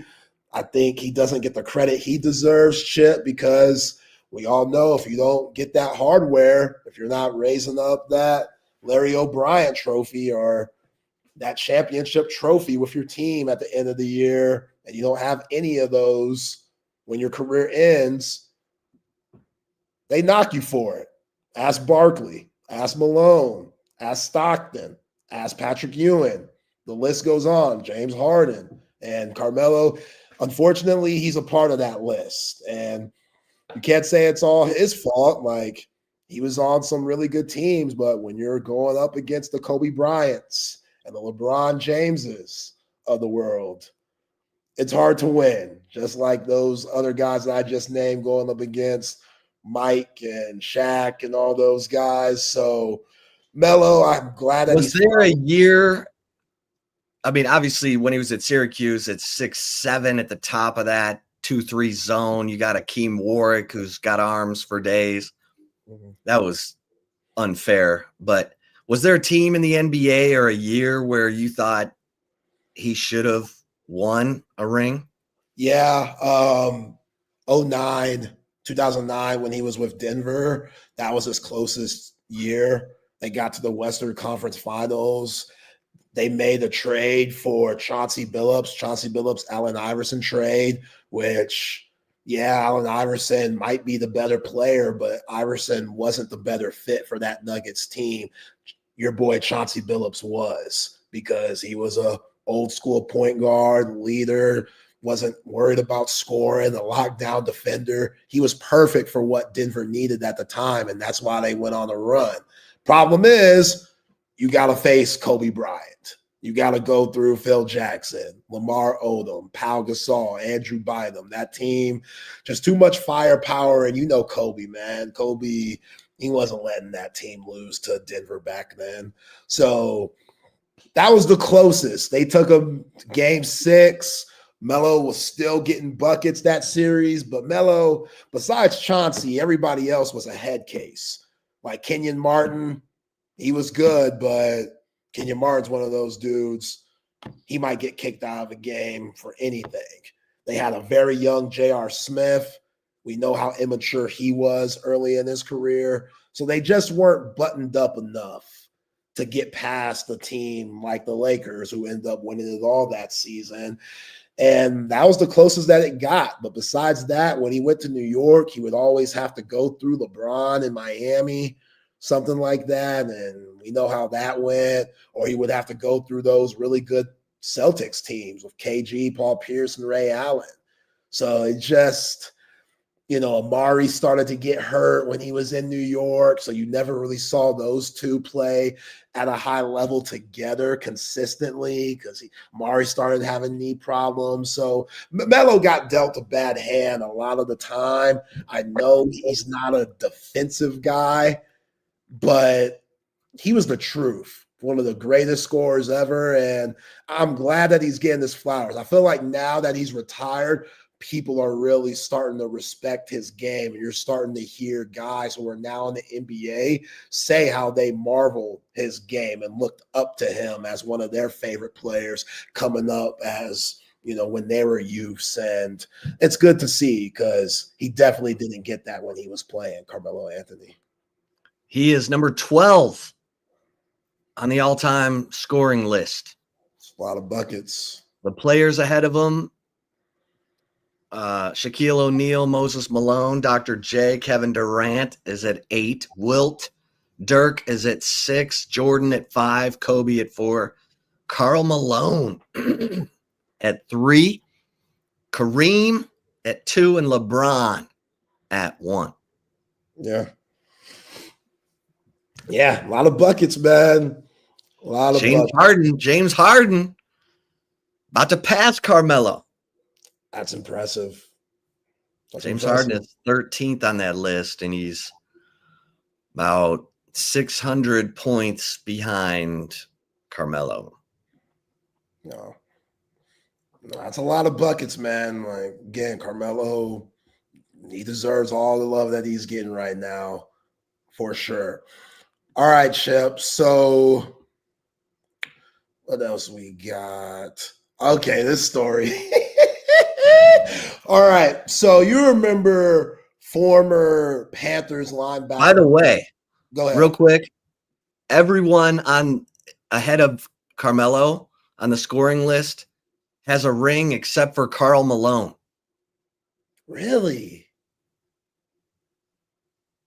LeBron, Kareem, Karl Malone, Kobe, Michael, Dirk, Wilt, Kevin Durant, Dr. J, Moses Malone. They were on the same team that won it in 83. Shaq, and then Carmelo. So Carmelo and Karl Malone, the only two members of the top 12 on the NBA's all-time scoring list, never to have won a ring. Yeah, one had to go through Jordan, one had to go through LeBron and Kobe. Tough. Yeah. Tough. You're just born in the wrong era, Carmelo and Karl Malone. But yeah. All right, 2 minutes. This story, so ignorant. So you remember Thomas Davis, former Panthers linebacker? Yeah.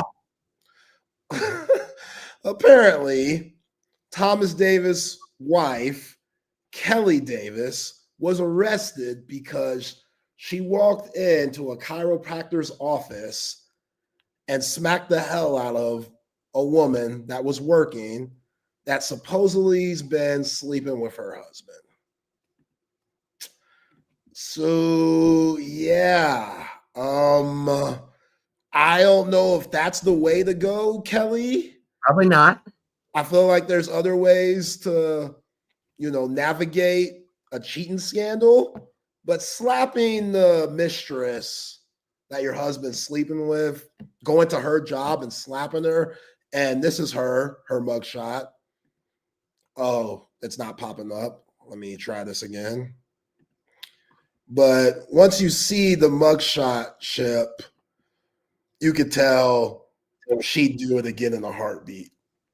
That's not a woman that's sorry, apologetic, feels any guilt for the things that she did. That's a woman that feels like, I slapped her. So what? She needs to stay off my man. You got the picture of the other gal? Oh, yeah. Oh. I thought you would have asked. The blondie. the blondie and there she is. Thomas. Yeah. Thomas. I mean, bro. Yeah, and this is Soul Scream's got it right. if someone is cheating, the person at fault is the one in the relationship cheating. You don't need to go beat up the fool that was messing around with your partner. You need to get rid of your partner. Yeah, why are we hitting old Bonnie here? Why now she's going to jail. Now Kelly's going to jail over her man cheating on her. That's a double negative. You just say, you know what? You want Blondie? You can pay me.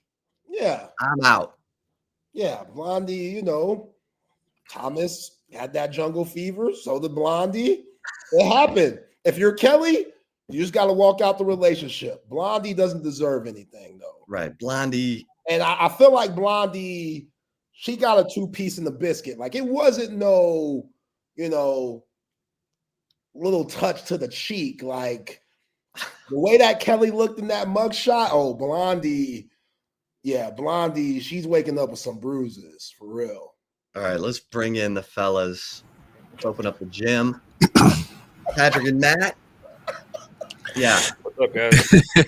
What's going on, you guys? Kelly and Thomas need to come to my marriage boot camp. I think it's too late.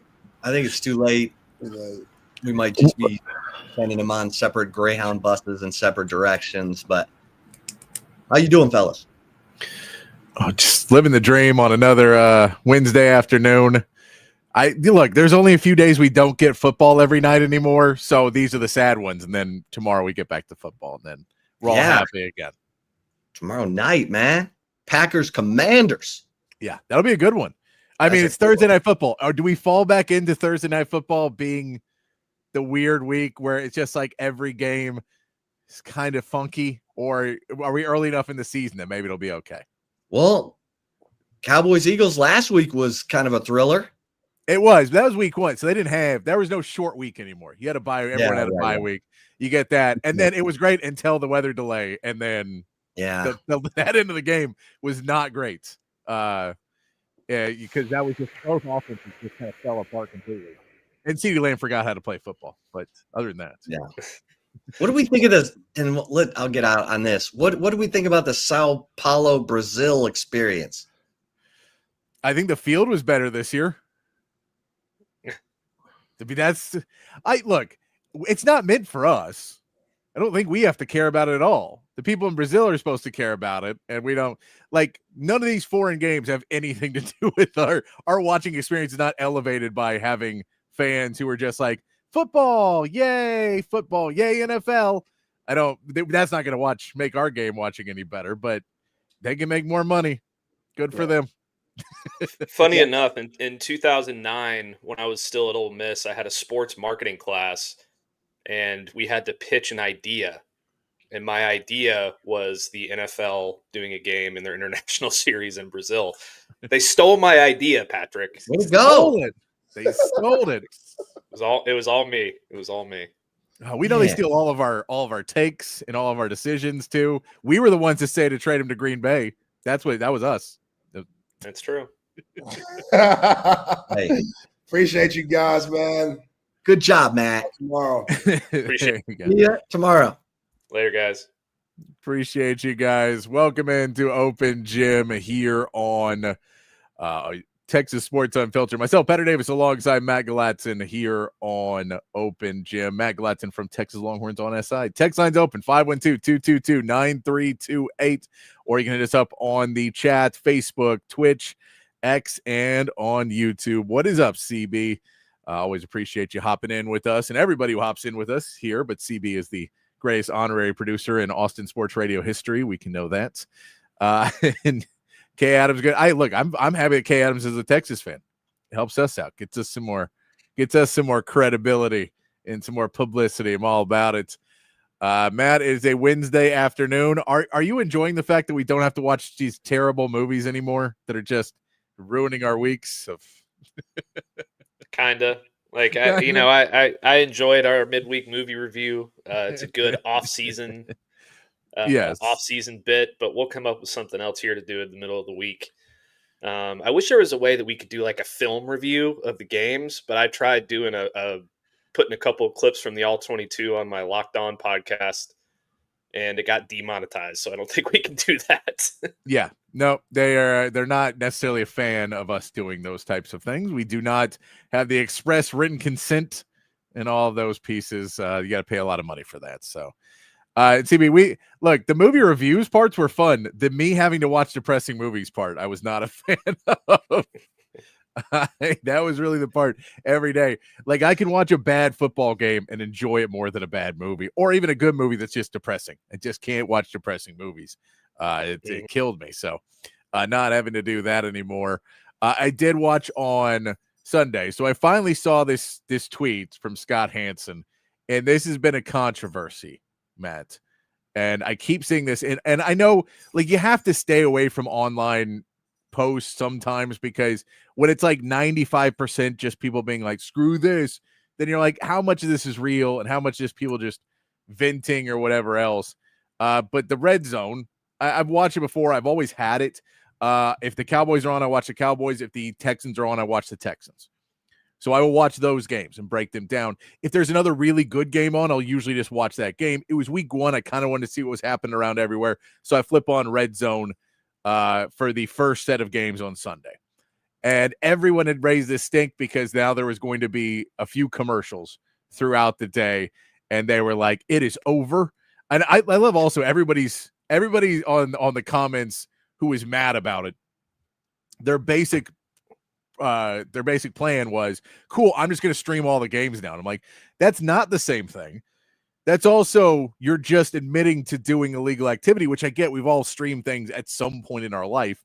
But at the end of the day, these shouldn't be going on boards and being like, I'm just going to go in there and stream, especially since that big one, was it East Bay or East Stream or whatever that one was?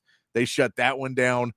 They got in there. I don't think anybody gets punished for watching it, but no, nevertheless, that was basically everybody's piece. But the big stink about red zone was that they were going to have these commercials. I watched it for the entire 3:00 game, did not notice if they ran a commercial. So maybe I was out of the room for the time they did it. But this is what he had sent out just for people to know. That he got grief because he posted something about it and everyone got mad. There was 4 15-second commercials and a double box in between plays that were, so during 7 hours, 4 15 seconds. So a minute of commercials over 7 hours aired.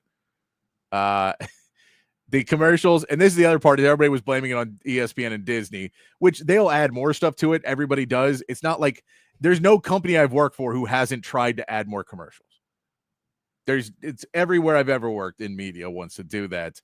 But there's so much hate that everyone was like, no, we know you're lying. It's like, did anybody actually watch it? And was anybody less unhappy about it? But did anybody watch Red Zone out there and was like, this is noticeably worse and it's only going to get worse and worse? I mean, look, this is like, obviously this is much ado about nothing. I mean, you're still watching the game. There's just a little commercial going on the side, like you've seen 100 times on various different networks. I mean, I'm still curious, like, can Scott Hansen go to the bathroom at any point during this show? Like, what if he's got to go? He has discussed this. Scott Hansen has talked about this. They asked him, and he basically has a diet and a meal that he eats that's really salty and everything else, so he does not have to go to the bathroom for the entirety of the show. So he limits the liquids he drinks and then eats stuff that's like specifically to make you not pee, like soak up water or whatever else in his stomach. There is a process that this dude has gone through that he makes him just the best that he has done. So I'm a fan of Scott Hansen, but it's funny because, yeah, everybody loves him, but then he had to come out and say they sent him out to say there was commercials, and then everyone is now eating him alive because they think that the big piece on. Yeah, that's Hair of the Dog. That's what I'm saying. I didn't notice it. So if they did run them, I did not notice them. People are going to get mad about anything. Like, this is not a big deal at all. Like, first of all, ESPN spent a ton of money to purchase NFL Network and run NFL Red Zone. So if they've got to make up a little bit of that cost by running, 4 15-second commercials on a double box, I'm okay with it. Like,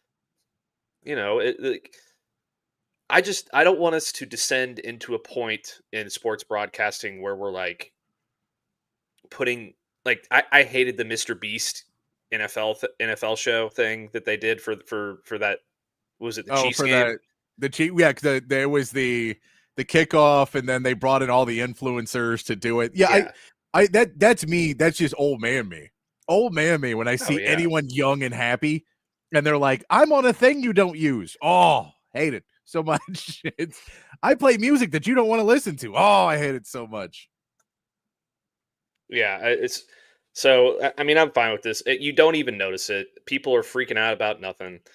No, I agree. At least he's out there calming the crowd, like trying to rein it in a little bit. CB, are you talking about YouTube or YouTube TV? Because YouTube TV, that's just standard. Like now everything has all the commercials. YouTube has a ton. I went to YouTube Premium like 2 years ago, and it's a game changer. It is a monstrous game because you're like, I never see ads on YouTube now.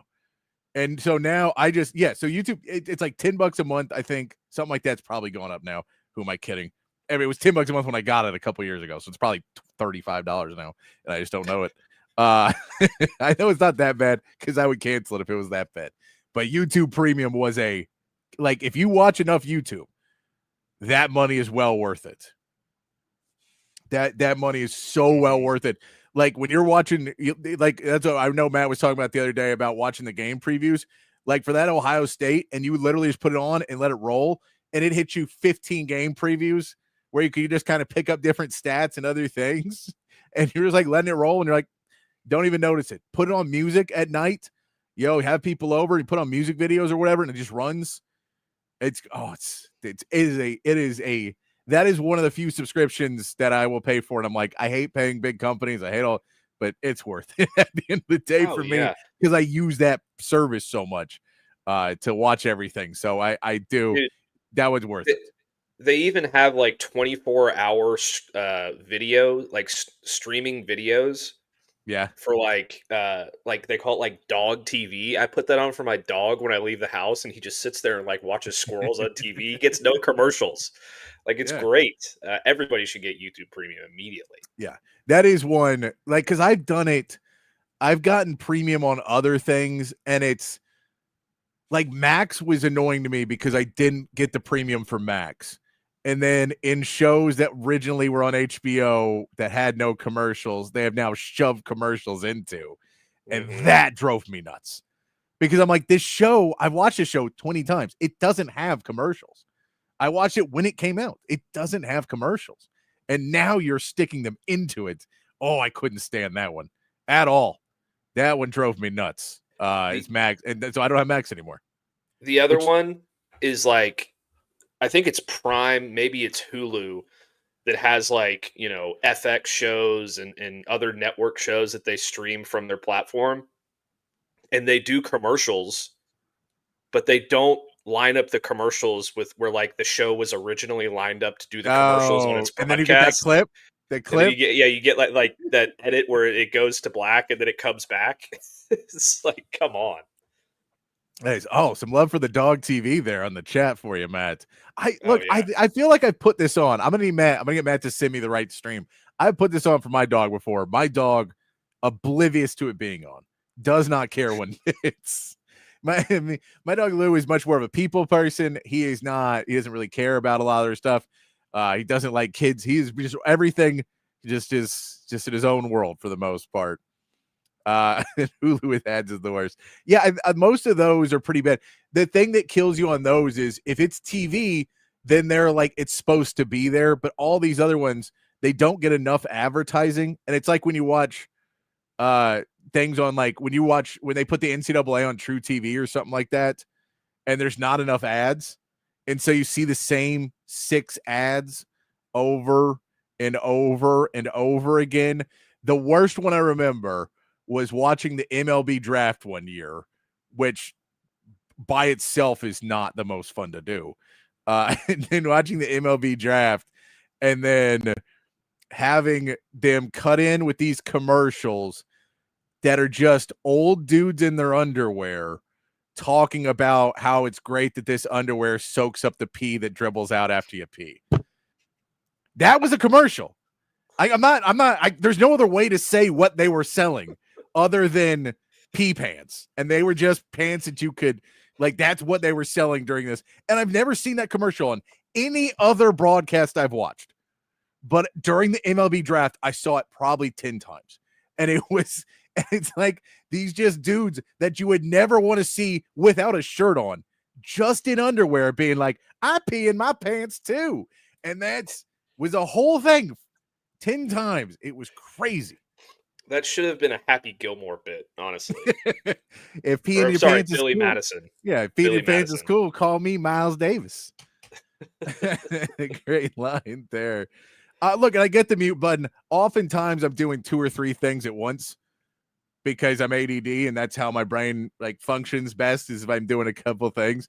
So that's the muting the commercials. And then I forget to mute it back out. And I'm just like, what am I watching? Oh God, I forgot it's there. So yeah, the erectile dysfunction. Anytime I watch true crime, you can tell I'm a little young for the demographic. It's all old people ads. And I'm like, this is maybe a little old for me. So that's all to digress. That Red Zone I did not feel any of that during Red Zone. Guardians. Yeah, all the singing commercials. Not a fan of all the singing commercials either. The ones that Burger King commercial, Whopper. It's like, God, I can't hear this again. Rodney, we all get those ads too. I don't know why we get those ads so much. Shane Gillis did a bit about Peronis. If you don't know what that is, Google that on a safe search away from work. And that one I see all the time. Now I get that one all the time. There's a couple other like weird diseases or weird things, and they're like, now they got a medicine for it, and so now it's out all the time. You get it out there. Yeah, you sing all those songs, and then they're just, and all the commercials are just people being really happy. It's all any drug ad is now. It's just like, look how great life is. Like, I always love the ones where they're like 2 people in a bathtub in the woods. And you're like, who dragged these bathtubs out here? Why are there bathtubs? I don't know. Every time I see that, but yeah. I don't know if it was Dave Chappelle. Maybe it was somebody else. It was some stand-up comedian. And they had this bit about those kinds of commercials. Yeah. And it was like, a lot of times the side effects are way worse than what the pill was actually trying to solve. Yes.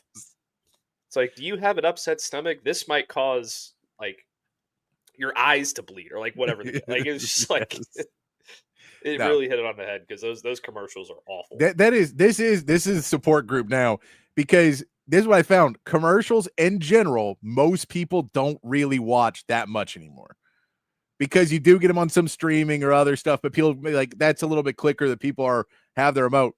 Sports fans. Yes, Sarah the dog. Yes. 2 tubs on a cliff overlooking the ocean. That one. You're like, this doesn't exist. It's happening. But this is a thing. Only sports fans really have hard takes on commercials, I've found, because we're the only people who watch live TV as much as we do. Everybody else doesn't watch, but like on Saturdays and Sundays, watch live TV. Oh, Rodney. I can't put that on screen, but I that's funny. That's Rodney, funny. I don't know if that's the official term for that. Probably not. I don't know, but if it says it in the ad, I think they're just messing with us. But that's weird.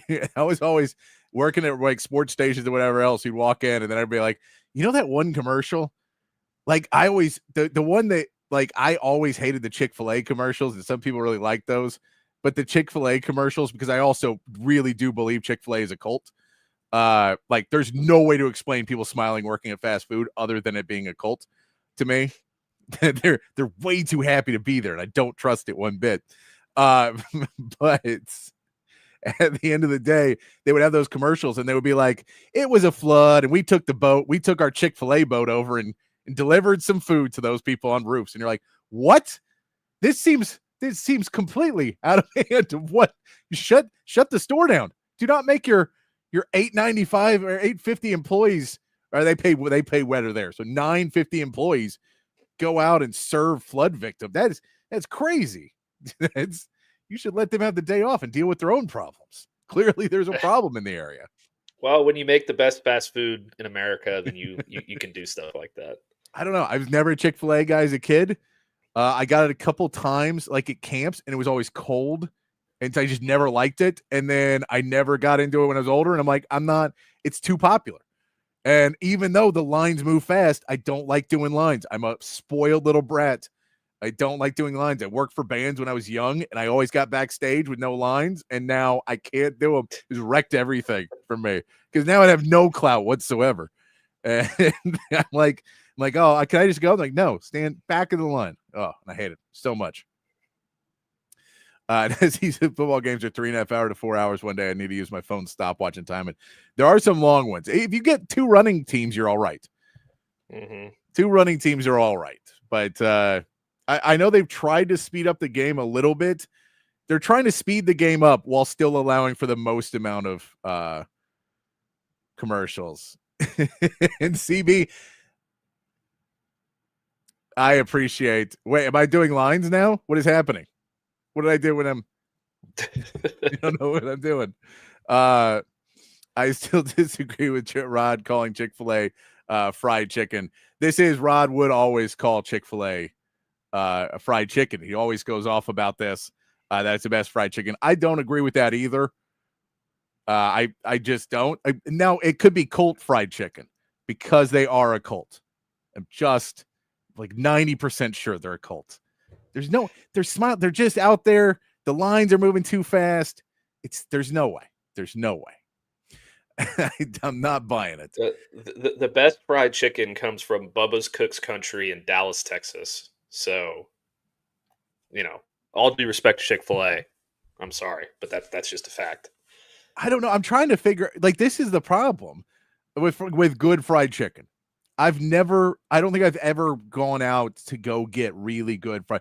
I am the easiest, just give me the cheap. I'm good with the cheap stuff.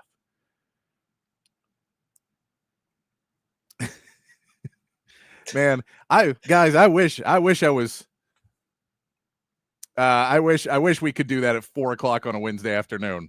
Life would be really grand for me if I was able to do that at 4:00 on a Wednesday afternoon. Not the case. Not the case for Patrick at 41 years old. The Safeway fried chicken. Should we move on to sports talk now? I feel like we're staying in off the rails. We're off the rails, Matt. It's okay. It's a Wednesday afternoon. We're gonna get into some talk. Safeway fried chicken. The fried chicken's expensive up there. I did not. Fried chicken's expensive everywhere now. Everything's expensive. What the hell am I talking about? Where do you live, CB? Is he in Austin? No, he's up in He was in Austin for a long time. Now he's up in the Washington area, I believe. Yeah. See, everything's expensive over there, I think. Once you get over to that coast. Yeah. Coast always makes it more expensive.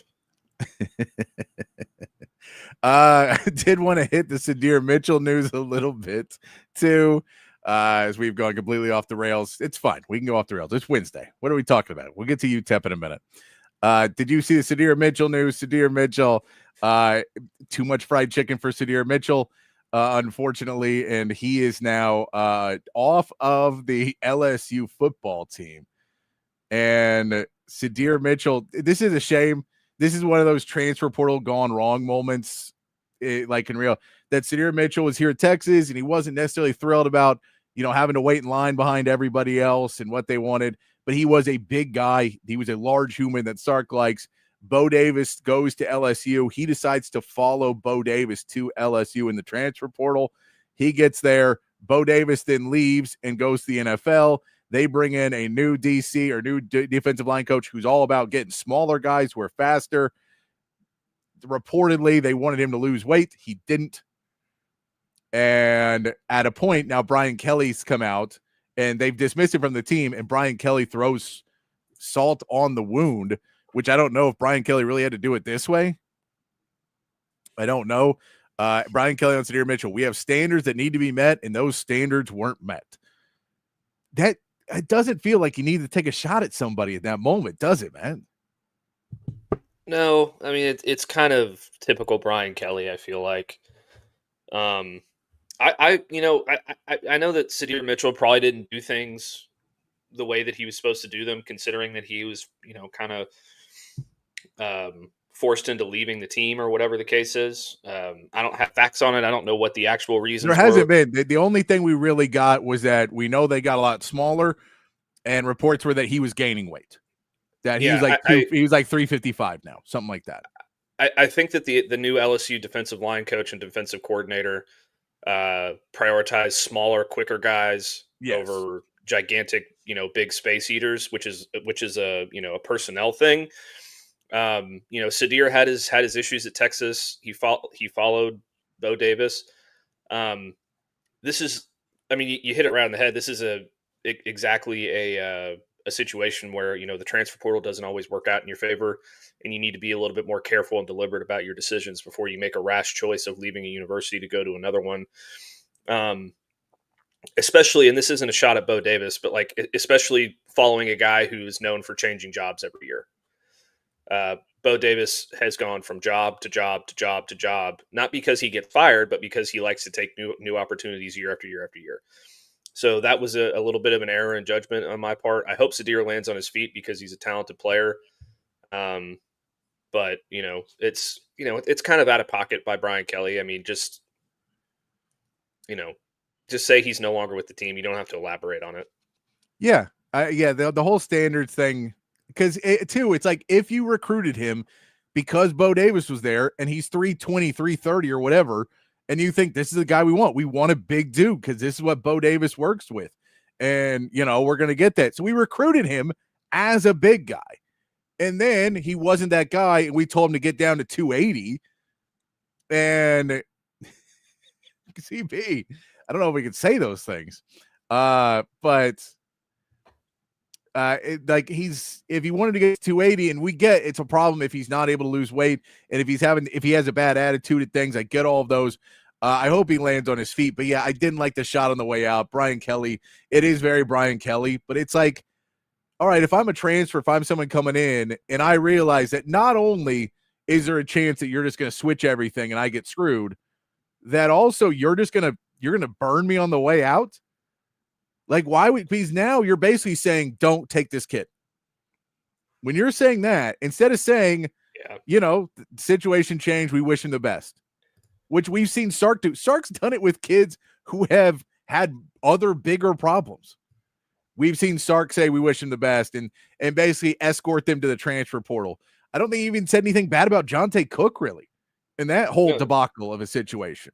No, he did exactly what you said. He just said, it was a mutual decision. We decided to part ways. I wish him the best. Basically, surmising what he said, because I don't have the quote in front of me, but that's basically what he said. I was sitting right there. Yeah. So if you go, we wish him all the best. That it's a very Brian Kelly shot. It's why I don't have the most amount of respect for Brian Kelly as a coach, because I just don't feel that he is an elite person. Let's put it that way. So being elite coaches becomes a little bit harder. Now there's been Urban Meyer is a great coach and he is very far away from being an elite person. So sometimes it works, but in the transfer portal era to kind of put that stink on somebody, I just didn't like to see. And Sydir Mitchell is like, again, you recruited him as a big guy and then you change your philosophy. There's an easy out in that and be like, we changed our philosophy. He doesn't fit what we do anymore. And he wanted to move on and we wanted to move on. We found a mutual parting, which is probably somewhat closer to the truth. Now, granted, Sydir Mitchell probably wanted to get paid for the rest of the season, what he was offered. And he probably wanted to, wait until he could transfer out. Those things are probably true as well. But at a certain point, you can walk away from those situations a little bit better. But yeah, I'll just take another shot at LSU. Why not? We take enough shots at LSU as we get in. We might rank the SEC a little bit later. So then we'll have to be nice about the LSU. So I'll be mean to them right now. But But yeah, saw that one this morning. Not the best news you want to see for Sydir Mitchell, but wish him the best. I would assume that he's going to end up heading back closer to where he's from. I think it's the Northeast. I think. Yeah, New Jersey, I believe. So I believe it wouldn't surprise me if he ends up somewhere back closer to home, whether it be Rutgers, where he is in New Jersey, or somewhere around that area. Wouldn't surprise me a ton just to see where they end up putting him.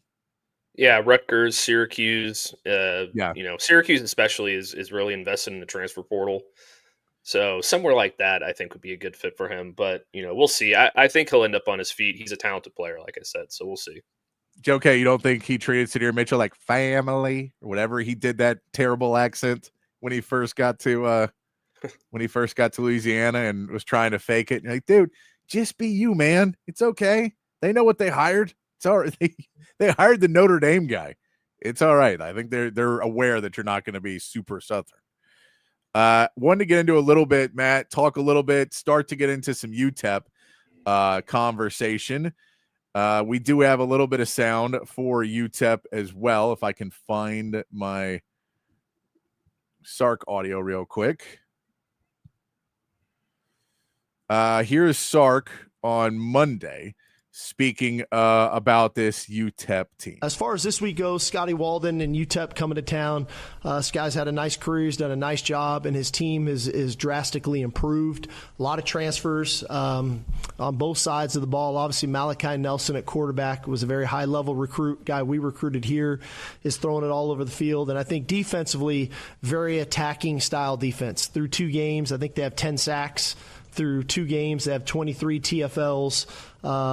Their third down conversion rate, I think, is like 20% on defense. So they're attacking defense, that very active, very similar to what we played last week. I think we need to handle the movement much better than we did last week at the line of scrimmage. But all in all, to me, this week is about us and what we need to do to improve as a football team, individually and collectively. There's Sark on Monday speaking about UTEP and giving you that little bit of a preview. And I want to talk some defense now. And the UTEP defense, if you tell me the numbers, 10 sacks, 23 tackles for loss, you're like, well, they're 2-0. They're 1-1. Which, when you look at this defense, gives you a little bit of pause. How do you lose to a team when they lose to Utah State? They have 6 sacks in the game and 12 tackles for loss and allow 28 points. That's a pretty weird number to see because normally if you're getting that push on there, the reality was a lot of explosive plays. You get Utah State's first touchdown. If we go over here, Utah State's first touchdown is a 58-yard run. Their second touchdown is a 52-yard pass.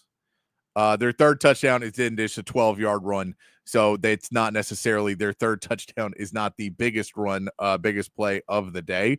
They do have a 33-yard pass and a 19-yard pass in that drive, though, to get them into scoring position. So this is a team that, while they can create havoc, they can push the ball, is extremely leaky at points.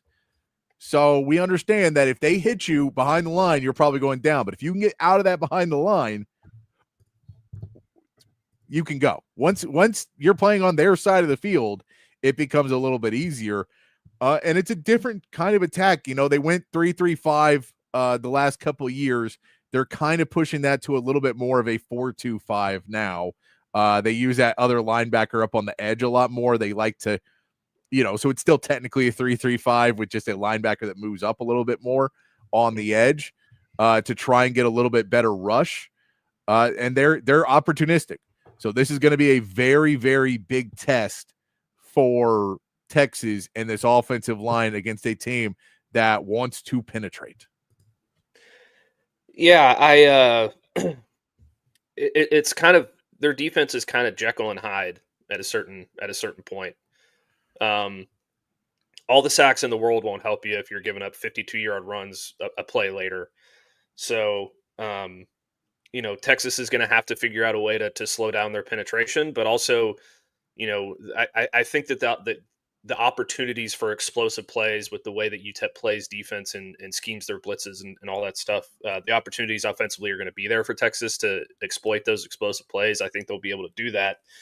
I think that another, UTEP's defense is UTEP's defense. They're second in the nation in tackles for loss. They're first in the nation in sacks. That's fine. Another thing that I think about UTEP that is a cause for concern for UTEP fans going into this game is their offense is incredibly inconsistent, and I think that's kind of what bit them against Utah State. I mean, they played UT Martin a week later and scored 42 points, but that's UT Martin. Malachi Nelson is not completing passes at an efficient rate necessarily. They struggled to run the ball against Utah State. So this is just kind of a scenario with UTEP where it's a team that, can do some explosive things on defense, but their offense really, in the one, decent game that they played so far, their offense didn't really hold, play. They didn't, play complementary football, as Sark likes to say, where their offense was, riding on the defense and the defense was riding on the offense and special teams and all that stuff. So, it's definitely a cause for concern considering the Texas offensive line struggled last week a little bit against San Jose State. But at the same time, it's, I feel like those explosive plays are going to be there for Texas whenever they want them, because I don't know that this team's going to be able to hold up in coverage, because it seems like the crux of their defense is getting penetration and getting guys down in the backfield and getting sacks as opposed to holding up in coverage and those kinds of things. So it'll be interesting. Yeah, no, I'm with you.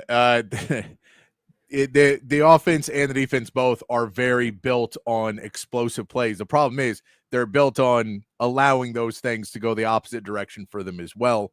And it just kind of look, this defense again too is built a lot on transfers, so it's another one of those harder defenses to really break down piece by piece because they've only played 2 games together as a full defense. A lot of transfers. I mean, you're looking at in that starting lineup on the defense. 1, 2, 3, 4, 5, 6, 7, 8 transfers in that starting lineup. So if you're talking about, and they lost their 2 best players from last year's defense to the transfer portal. Yes, like they lost a lot of players to the transfer portal. They brought in a bunch of new guys. That's kind of what you have to do with these smaller colleges now, especially if you're coaching guys up. And I think the stats are really great what they're putting up. But again, yeah, if you have 6 sacks and 12 tackles for loss, and you end up losing the game somewhat decidedly, those are going to be issues for Texas as they keep going, or for UTEP as they keep going on. And that leads us to the thought here, Matt, of if you're Sark now planning against this UTEP defense where their entire game plan is get to Arch, affect Arch. Like, don't allow their run game to get going, trying to stop them behind the line and trying to get tackles for loss and trying to stop those plays. If you're Sark, it feels like going into this game, you really, really just want to go, let's just take shots. Like, they can't stop us. Let's just take shots. However, that's probably not the best plan in the world when you're talking about an Arch Manning who has had some issues trying to process, maybe hasn't had the fastest clock in the world so far in his first couple weeks, where he's having a little bit more trouble making that decision, having his feet planted and getting the ball out when they're going to be bringing pressure, possibly bringing more blitzes. You hope that a 4-man rush will not get past this line of scrimmage with the ease that they've got to some of these smaller schools. You'd hope you'd be able to defend against that a little bit better. All that being said, if you're Sark, Matt, and you're trying to go into this game and continue to work on Arch's trajectory, how are you kind of starting to game plan early, late? Where's your run to pass ratio, knowing that you can break some big runs out of there, but they're going to be loading up on the line of scrimmage most likely, and then just hoping that the ball doesn't get out of Arch's hands? Well, I mean, if you're facing a team that's going to pressure you like that, I think you do a lot of quick stuff in the passing game early on, jet sweep, screen passes, slants, drag routes, those kinds of things to get the ball out of Arch's hand quickly. But I think you really need to focus on the running game. I understand that UTEP will probably try to load the box a little bit against this Texas offense. But, I'd have to go look at their personnel. There's not a lot of all 22 tape out there on the UTEP minors, so it's a little bit harder to figure out what they're all about. But I would imagine that Texas will have a pretty sizable advantage in the trenches, and maybe they run a lot of 2 tight end stuff and kind of mitigate that loaded box, and they try to run some wide zone stuff, and I think they should focus on the running game early on, because I think that if you're trying to bring pressure off the edges, that leaves the interior of the defense a little bit more vulnerable. So depending on how UTEP tries to bring their pressure, I think that you adjust that way in terms of how you're going to run the football.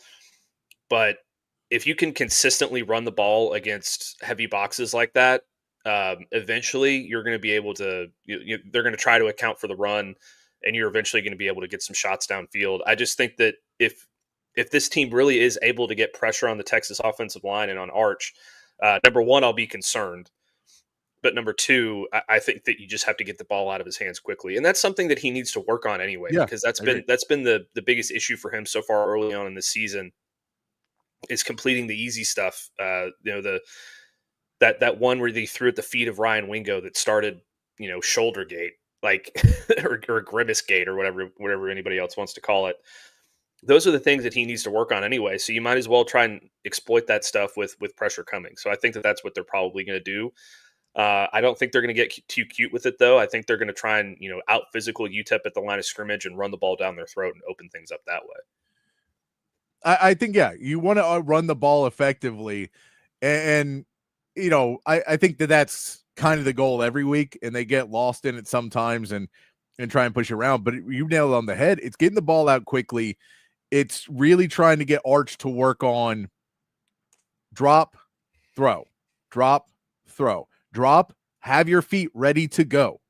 Be ready for that first option to be there, as opposed to where it looks like he's dropping back and then finds it, and then his feet are trying to catch up to what he's doing.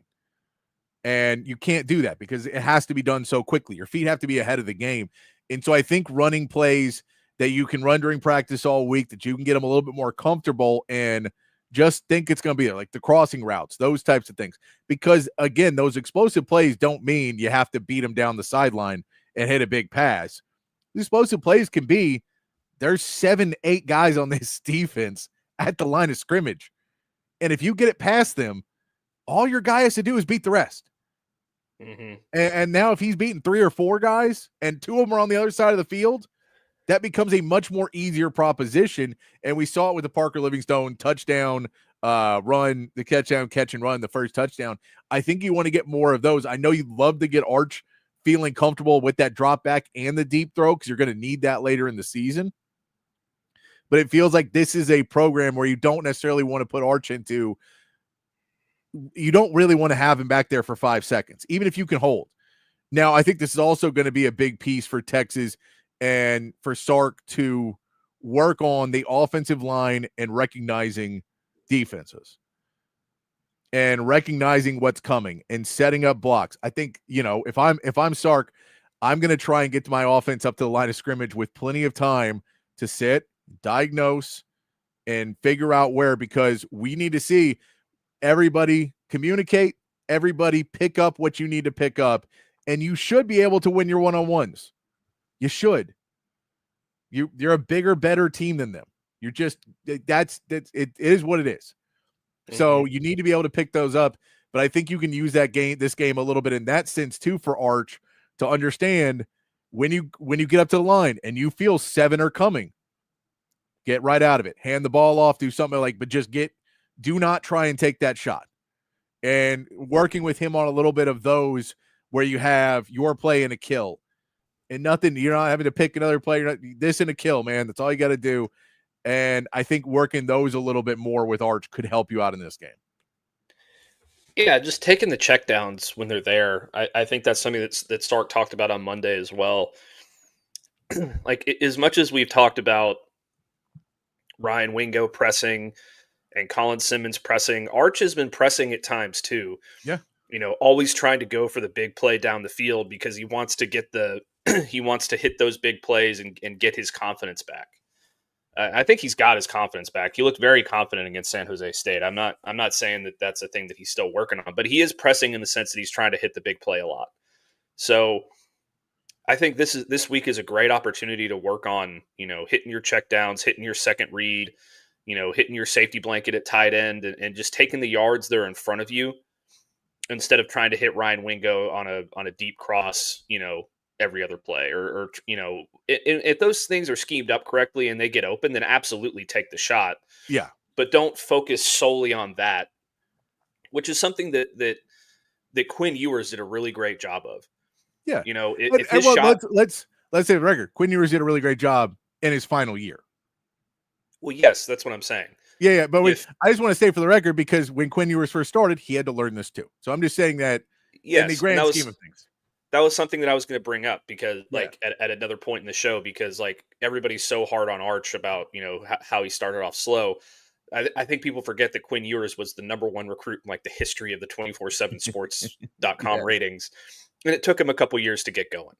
Yeah. So it's not an outlandish thing that a guy needs some time to get going, but regardless, that was something that Quinn Ewers was really good at, is that if something's not there, he realizes it quickly. He gets the ball out on a check down or gets the ball out on a screen, and they get a few yards as opposed to an incompletion or whatever the case may be. Even throwing the ball away sometimes is a better option than taking a contested shot downfield. So I think that this week is a great opportunity for them to sit there and learn and,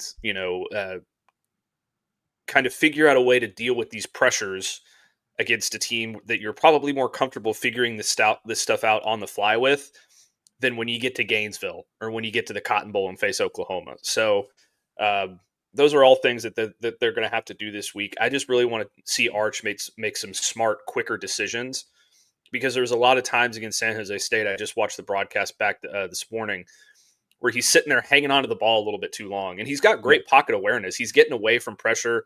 He's not taking sacks except for that one blown one by Jordan Washington on the goal line there. He's doing a good job of navigating the pocket and all those different things. He just needs to get the ball out there a little bit more quickly and more efficiently. And this is a great opportunity to do that this week. Yeah. And this is because we keep hearing about the mechanics of Arch, and it's true. The mechanics are bad. I think that there's a thought that if the mechanics are bad, then he doesn't know them. And we saw our old pal Steve Spurrier once come out again and go, well, his mechanics are bad. He should call his uncles. And you're like, Spurrier, are you still all there? Are you still we get it, man. He has those uncles, and he's talked to them, and they've taught him the fun. He understands how the mechanics are supposed to work.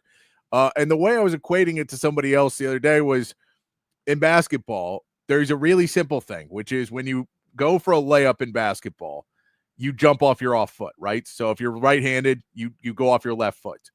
And if you watch people play basketball their whole life, it's really natural. You don't even think about it. You just know when you start to go to the basket, your feet lead your way. And you know how to pace yourself to get to that left foot right where you want it to take off and get the layup. And you just naturally do it. But sometimes you will still see players in the NBA, college basketball, and everything take off and their feet betray them. And they took off with the wrong foot, and now their stride's off, and they're getting to the basket, and they're on the right foot, and they're now have to figure out, and they do a weird kind of finger roll or little hook shot or something like that because they're not in the right spot to take the layup they want to take because they screwed up. And their mechanics are off. Now, it's literally just, this is something that's so just ingrained in my brain, I thought it wasn't going to be a problem. And for Arch, it feels like, again, the problem, the fact that he didn't play massive games in high school, and then you come out in your first games at Ohio State, he just got in his own head, and his feet betrayed him a little bit.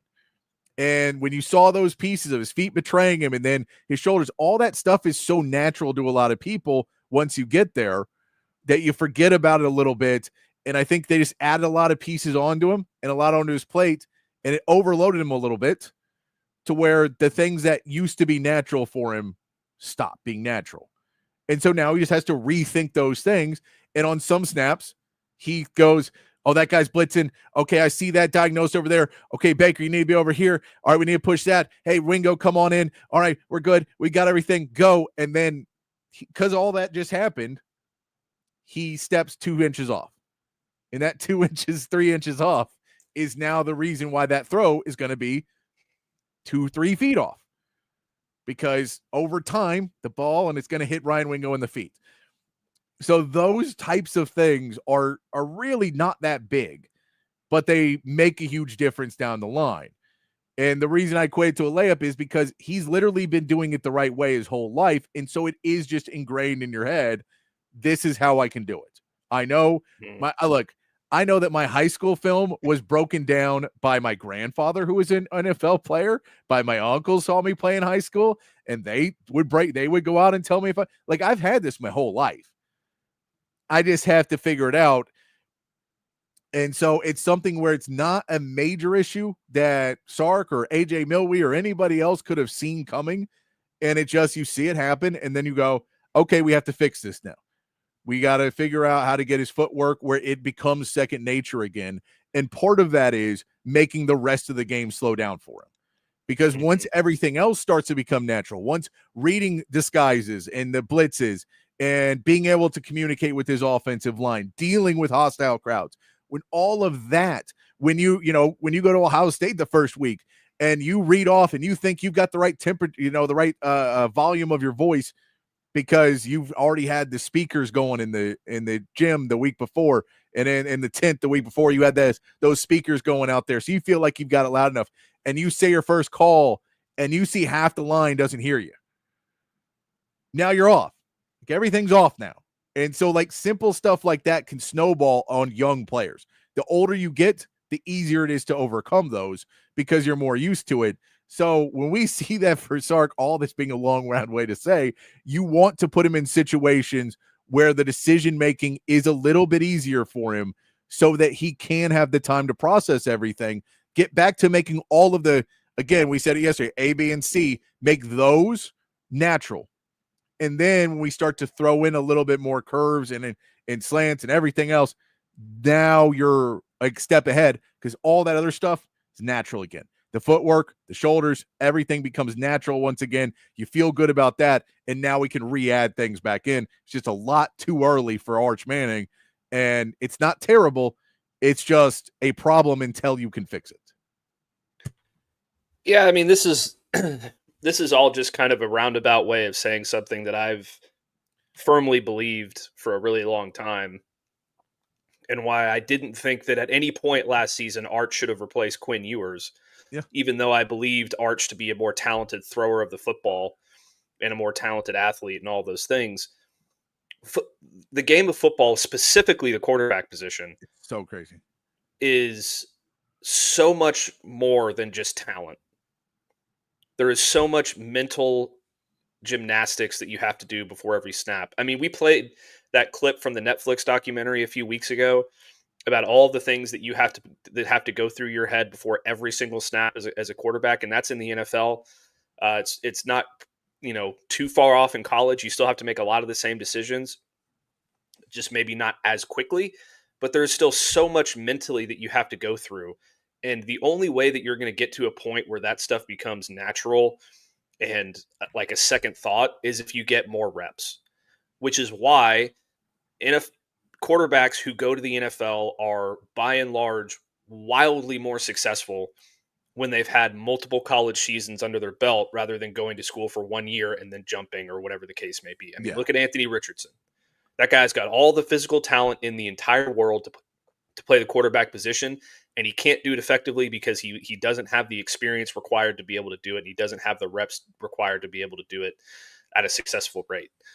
And I think that's, Arch is an incredibly talented quarterback, and he's going to be very good. But all of those things kind of come into play when you're talking about whether or not this guy can lead you to a national championship. The game has to slow down for him, and the only way it's going to slow down for him is that if he gets more and more and more reps at the quarterback position, which is why he was in the game so late when they were up 38-7 against San Jose State. Yeah, you want him to get as many reps as humanly possible. So it's just, it's all a process, and why all of this stuff about Arch being a preseason Heisman contender and leading Texas to a national championship, and him and Paul Feinbaum calling him the best quarterback in the history of college football quarterbacks before he had ever started a real game on the road was all folly. And it doesn't mean that stuff still can't come true. It just means that it's going to take a little bit more time than everybody else thinks it might have. And that's fine, because he's going to get you where you want to go eventually. I firmly believe that. It just maybe not as quickly as you wanted it to. I did see Paul Feinbaum, or at least whoever runs his Twitter account, had a good one of there was a story about, like, the Arch Manning hype begat everything, and then there was too much hype too early, and you shouldn't have done that. And then it was just a picture. He sent the Tim Robinson in the hot dog suit. It's like, somebody did this. Like, yeah. All right. Maybe you overhyped it a little bit. All right. But going past Arch Manning too, I think this is a good game for Christian Clark to learn a lot into. Mm-hmm. I'd love to see him, because this is a game, going in, talking to Christian Clark, you don't get 3 seconds to sit and dance before you find the hole. Like, that will be a tackle for loss every single time you do it. They're good at that. They're going to find the hole. They're going to attack. So you got to find it first and get through it. Now, if you can get through before them, you have a good chance of going 35, 40 yards. Like, you got a really good chance, because you're faster than them, you're stronger than them, and once you get in that secondary, you're good to go. But you need to be able to get through that hole. So it's going to be a big game for Christian Clark too, I think, of just getting used to hitting that hole fast and knowing when to go, when to sit back, when you have to have those defenses that maybe are sitting 3 on the line, and you want to make sure you're making that second move right, versus a team that is just going to be coming after you, a team that is really trying to hit tackles for loss, trying to get sacks, that you're going to have to be able to make that move fast. So I'm excited to see what Christian Clark does in this game, because it could go one of two ways. He could have 6 carries for 2 yards, or he could have 6 carries for like 78 yards. Like, those are both completely believable scenarios after what we saw in week 2. Yeah, and I equally, as much as I'd like to see Christian Clark do that, and he's the most intriguing player on the offense, it really hasn't gotten a whole lot of run to me. So I hope he gets some opportunities this week to do that. I think he will, because Trey Wisner, I think, is going to be out again this week. Yeah. But for me, this is a CJ Baxter game. I agree. There was a couple of opportunities that he had against San Jose State where he just exploded through the line, and if it wasn't for a guy tackling him by his ankle, or or whatever the case may be, then he could have gone for even further. I think that he's going to have a chance to break some really explosive runs this week, because he doesn't go down easy. So if he can get to the second level and just break a tackle, nobody's going to catch him, because he's still really fast. He looks big. He is big, but he's still got a lot of speed and a lot of explosiveness. So I'm excited to see what he does in this game as well. And, Ryan Wingo is another guy that I'm really looking at in this game, because he's another one of those guys that if you get the ball in his hands quickly and he makes one guy miss, he can go 90 yards. So he needs to work on securing the football first. Yeah. But if they can get him the ball in some space and he can make a guy miss, because they're going to be committing so many guys to the rush and to the line of scrimmage, then you're going to have so many opportunities for explosive plays for him. This could be, I'm not saying it's going to be, but I'm saying this could be the best game that we've seen Ryan Wingo play, if he has figured out his securing the ball and then making his football move mistakes. Yeah, and that's what you just want to be able to see him and Arch find that timing in a game where, again, we're talking about Arch kind of having to trust that Wingo's going to be ready for it and be open, that just step back, mechanics are there, you hit him on the run accurately, he's going to do a ton of damage. If you throw a screen and it's a yard behind him, it's blown up. If you're throwing it across the middle and he has to stop, then it's probably a 7-8 yard gain, which is nice, but it's not what you want to see. If you can hit him in that stride and he can catch the ball and get going, but that's for both him and Arch to find that chemistry going into this week. I agree. I think that's a big piece for it too. And I'm really curious too to see how much run they get Jarrett Gibson, because Jarrett Gibson minus the fumbles, I think destroys this team. like, because he is the baby rhino. And I think he just runs through that line and hits the hole and he's gone. Like, I think he averages like 10 yards a carry if he can hold on to the football. Because the problem is, if you average 10 yards a carry and you get 5 carries for 50 yards and then fumble on the 5-yard line, none of it mattered. And that's what we saw again last week. So I'd like for them to be able to get enough distance that you feel okay putting Jarrett Gibson in. You know what I mean? Like, have that 5 touchdown lead where you're like, it doesn't matter. If he fumbles at this point, we don't care. He needs to learn that he can play through a game and not fumble, because if he plays through, gets 5, 6, 7 carries, just rolls over on this team and just busting through that line and do whatever he wants every single play and doesn't fumble the ball, now we're starting to get back a player again that maybe can give us some decent yardage in some other games. So that the entire running back room is just kind of it's an interesting piece to watch, because you've seen guys make big plays against this UTEP team this season, and we have not seen this running back room be explosive. Like, this is the deal. This is a running back. This is a team that allows explosive runs, and they will stop you behind the line of scrimmage if you dance around. And Texas has danced around and not gotten explosive plays. So really big, you'd like to break at least 2 runs over 30 yards in this game. I don't know how realistic that is, but it's possible. It's just who's going to do it. Yeah, I mean, I probably wouldn't play Jarrett Gibson until the fourth quarter. Yeah, I agree. Just because, you really don't know what you're going to get out of him. I'm trying to find his fumble stats.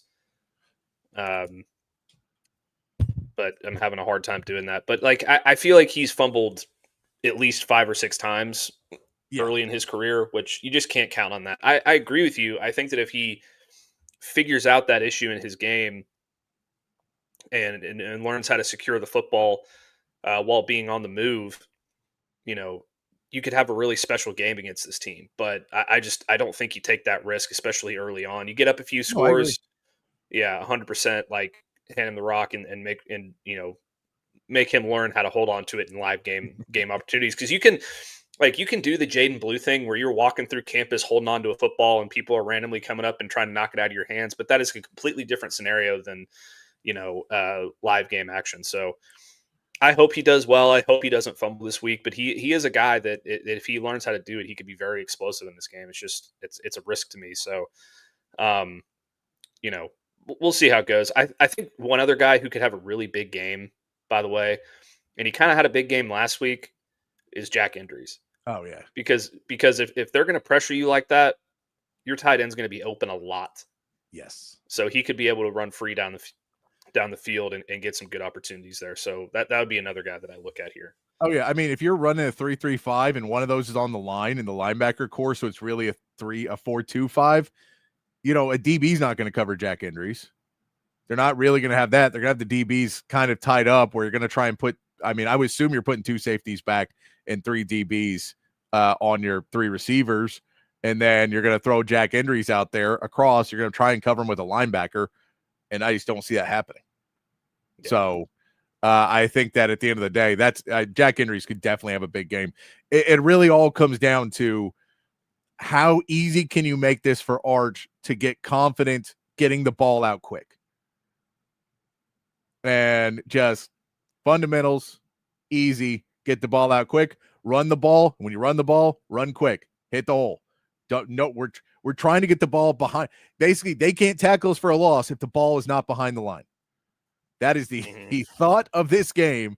They cannot tackle us for a loss if the ball is not behind the line of scrimmage. So as fast as we can get that ball past the line of scrimmage, the offensive line should be able to give us a little bit of time to do that. Now, when I say a little bit, I mean 1 or 2 seconds.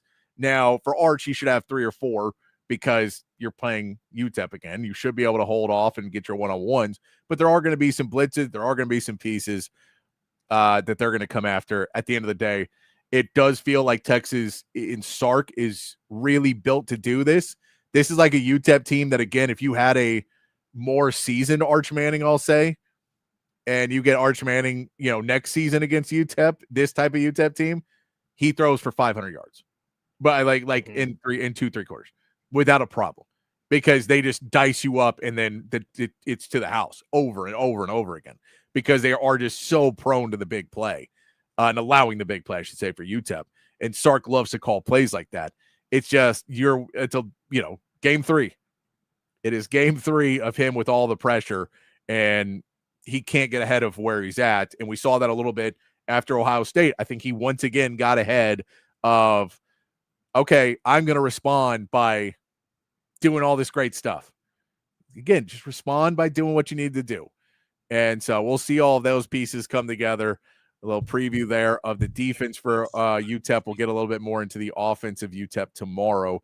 But let's take our first break. When we come back, want to talk a little bit about the Cowboys possible addition coming up. We've also got some other rumors happening around the league. And, of course, it's Wednesday, so we will update our power rankings in the NFL as well as keep chatting with you guys. If you've got more commercials you hate, throw those in the chat for free. Text line 512-222-9328 in the chat here. You know where it is. We'll be back here in just a few right here on Open Gym on Texas Sports Unfiltered. Hi, I'm Dan Covert with my wife Hayden. Welcome to Covert BK. Our newest location in the gorgeous Hill Country includes Buick, GMC, Cadillac, Chrysler, Dodge, Jeep, and Ram, and hundreds of pre-owned and certified vehicles for you to choose from. We have 3 service departments that are ready to take care of your car, truck, or SUV with 86 service bays to accommodate any repair and get you in and out quickly. Come visit us today to select the vehicle you've been dreaming about. Covert, born and raised in Austin. Hi, this is Tom McKay, owner of Audiovisual Consultations, and we'd like to take a moment to thank all of our clients for making the last 37 years both fun and fruitful. If you haven't yet, I'd like to invite you to give us a try for all your home electronics needs. There's no need to leave your home to find great pricing and incomparable service. No traffic, inexperienced sales geeks, or pushy showroom tactics. We come to you. So just relax, hug your kids, and smile. We handle all the work. Just give us a call at 255-8678 or online at avconsultations.com. Say hello to Jason and the gang over at Relax the Back. They embrace a holistic approach for a healthier lifestyle based on 35 years, folks, of proven expertise, and my back couldn't be happier. Their motto is live wellness, and folks, they can transform your routine, your daily routine, into something very, very special if you have back pain. If you're struggling with thoracic problems, if you got hip problems, if you got lumbar problems, please go over to one of their stores. They got 2 great locations, and find out a chair or a recliner or a sofa that's going to fit you and going to make your life a whole lot better. I've got this office chair right here that I've been sitting in for years, and I love it. 2 locations, folks, at the Hill Country Gallery across from Whole Foods, and in North Austin at the Gateway Shopping Center across from the Container Store. Live pain-free like the buck and Relax the Back. SendTexTickets.com. If you're in the market for tickets to any sporting event, any concert, any Broadway show, anything live coming to town, you got to head over to SendTexTickets.com. The best seats to all of the biggest events, not just here in Austin, but all over the state and all over the country as well. It's so easy to use. Just log on your phone or computer to SendTexTickets.com. All of their tickets are 100% guaranteed, and they will be delivered right to your phone or computer. So simple to use, and you're also helping to support a local business every time you shop. SendTexTickets.com. So if you want to be at the biggest events in sports and entertainment, there's only one place to go. It's SendTexTickets.com.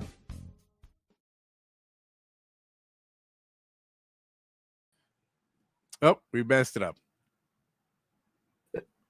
There we go. All right, we're back. All right, Welcome we're back to Open Gym here on Texas Sports Unfiltered. Here on the show, myself, Patrick Davis, alongside Matt Galatzan of Texas Longhorns on SI. Text line's open 512-222-9328, or you can hit us up on the chat in Facebook, X, Twitch, and of course on YouTube. All those pieces for you. We're going to get into hour 2, talk some NFL for you here in hour 2. If you still have some conversation about the Longhorns, we're always open for it. If you want to talk some NFL, hit us up on there to talk some NFL as well. As we roll into what we do here, we'll get to our NFL power rankings, but I do want to bring up, I just saw he has just left the facility without a contract.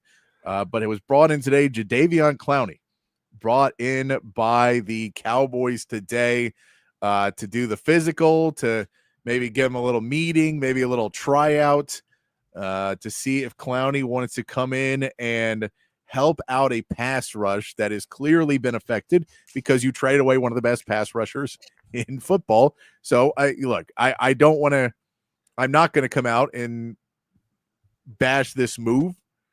I bashed him at least looking for it. I think it's worth it to at least look into it. I don't know if I don't know what the odds of it actually happening are, but we know that Jadeveon Clowney did play in 14 games last season for Carolina. He had 5.5 sacks in that. The year before in 2023, 9.5 sacks for Baltimore. So his Cleveland run, which was really kind of where people thought maybe he was falling off, 9 sacks one year, then 2 in 2022. People thought he was kind of falling off in that world. He's had some down years, had some up years. He would be probably your premier back rusher if you do bring him in. He's 32 years old, I believe. So 32, 33-year-old Jadeveon Clowney. Matt, what's your thoughts on Jadeveon Clowney trying out with or at least meeting with the Cowboys today? Look, I don't know that this is going to be something that they're doing to help their pass rush necessarily. I mean, sure, he can come in and help you pressure the quarterback a little bit, but I think that this would be more of a move to help them out in the run game because I feel like he's a pretty good edge setter and good at turning things back inside, and he's pretty decent against the run. So maybe that's something that they're looking at here more so than maybe we can resurrect this guy's career and he can start getting 10 sacks a game or whatever the case may be. It's interesting. I mean, this is a former number 1 pick in the draft. He was one of the most talented players in the NFL early on in his career. I just feel like this is going to be more of a supplementary piece on the defense than anything else. I don't even know that he would necessarily start immediately. Well, not immediately, but just at any point this season, maybe if there's an injury. But I feel like it's kind of a depth move. It's a move to help with run defense more than necessarily the pass rush. I don't know. I feel like, I mean, he's never been an elite pass rusher because he's never had double-digit sacks in a season. So I don't know if you could ever put him into that elite pass rush situation. But I think if you're talking about adding a guy who can set the edge well while being also a threat to get a sack, that is Jadeveon Clowney. And, maybe it's bringing in a veteran presence as well because you do have a lot of young guys in that edge room now. Dante Fowler is pretty much your veteran at the edge position. With Ezeraku and Nealand and Sam Williams all being drafted within the last 2-3 years. You're like, that is a lot of youth on that defensive edge room. You may say, well, let's bring in a veteran to kind of help them out a little bit as well. It just doesn't feel like, I think that you're bringing them in to try and create a little bit more havoc in the backfield and, bring in somebody else who knows how to do it. I'm not opposed to them trying to do this. I think, once you made that one move for Micah Parsons, you can't just bail on everything right away. So if you're not going to bail on everything right away, then go out there and try and find somebody else to at least kind of fill the role there because you've got Kenny Clark, but he's playing in the interior defensive line. He's not going to help you out necessarily with that pass rush at all. Yeah. And look, it's one of those where like the name probably brings more attention than the actual production ever will. But look, he's a good player. I think it's kind of telling that nobody had signed him up to this point, though. Oh yeah, I agree.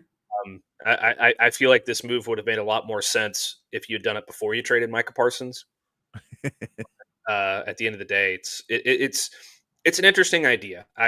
He left without a contract, which is something that if you're really trying to sign a guy, you try not to let happen. So there very well could be a scenario where he worked out for them. He got his physical, and they were like, I don't know. We'll get back to you, which leads me to believe that maybe nothing imminent is going to happen. But I just one more time in my life, Patrick, I would like to see Jadeveon Clowney with a ball don't lie moment where he just takes the game into his own hands, bursts through the line, and rips the ball out of somebody's hands, and like he did against Michigan in that bowl game. It's possibly the greatest ball don't lie moment of all time. It's the best football play I've ever, like the best singular play by a human being that I've ever seen in my life. Well, and it's right after they give them a favorable spot, right? They give them a favorable spot to like pick up a first down, right? They gave them the first down even though the ball was behind the chain. Yeah. So they measured it and there was still this much space left, and they gave them the first down anyway. And everybody went nuts. And Jadeveon was just like, "Don't worry, I got this." And he just got them the ball back, which is, if he can do that one more time, I don't care who it's with. I want to see that happen one more time. Hopefully it's with the Cowboys. Yeah, basically you're looking to Dante Fowler did have 10.5 sacks last season for the Commanders, so he does fall into the category of someone who actually did give you pressure last year. Everyone else on that roster doesn't really have anywhere close to those numbers. And so I think Jadeveon Clowney can at least give you a little bit more of a, and look, maybe it's a piece too that's just a hangover until Overshawn comes back. And you go, we only really need you. Once we get Demo back, we feel better about Demo. And then that'll give us another piece. But if we don't know where Demo's recovery is he coming back week 4, week 6, week 8, week 10? I don't know if we've really got an idea of when Demo's possibly coming back. So it may be a piece to try and hold you over until you get to there, and then you just figure out how well he's playing. These late additions, too, you never know with someone who gets a little bit older, but he wasn't terrible with Carolina last year. No, I was just looking at his PFF stats. He had a 73 point something pass rush grade, which was 30th out of all defensive ends in the NFL. And he had like a 63.4 rush defense grade, which is, kind of middle of the pack in the NFL. So he was positive in both of those categories. It wasn't a situation where he was playing poorly. Maybe he was playing better than we thought, and it was just because he was in Carolina that, those things didn't necessarily work out for him. But he certainly got some juice left in the tank. I mean, he played well last season, that's for sure. Do you think there's a point in this negotiation where Jerry Jones said you have to wear number 11? I hope so. I hope that Jerry, is smart enough to realize that if he does something like that, then he's just going to get all the attention in the media once again. Oh, dude, I was explaining that to somebody, a friend of mine, who was like, "Why does Jerry Jones do this?" And I explained the media thing and how value works. And I've never seen a Cowboys fan who just is like a casual Cowboys fan, and she loves the team and she's all about it. She watches every game, but she doesn't follow the rest of sports world enough.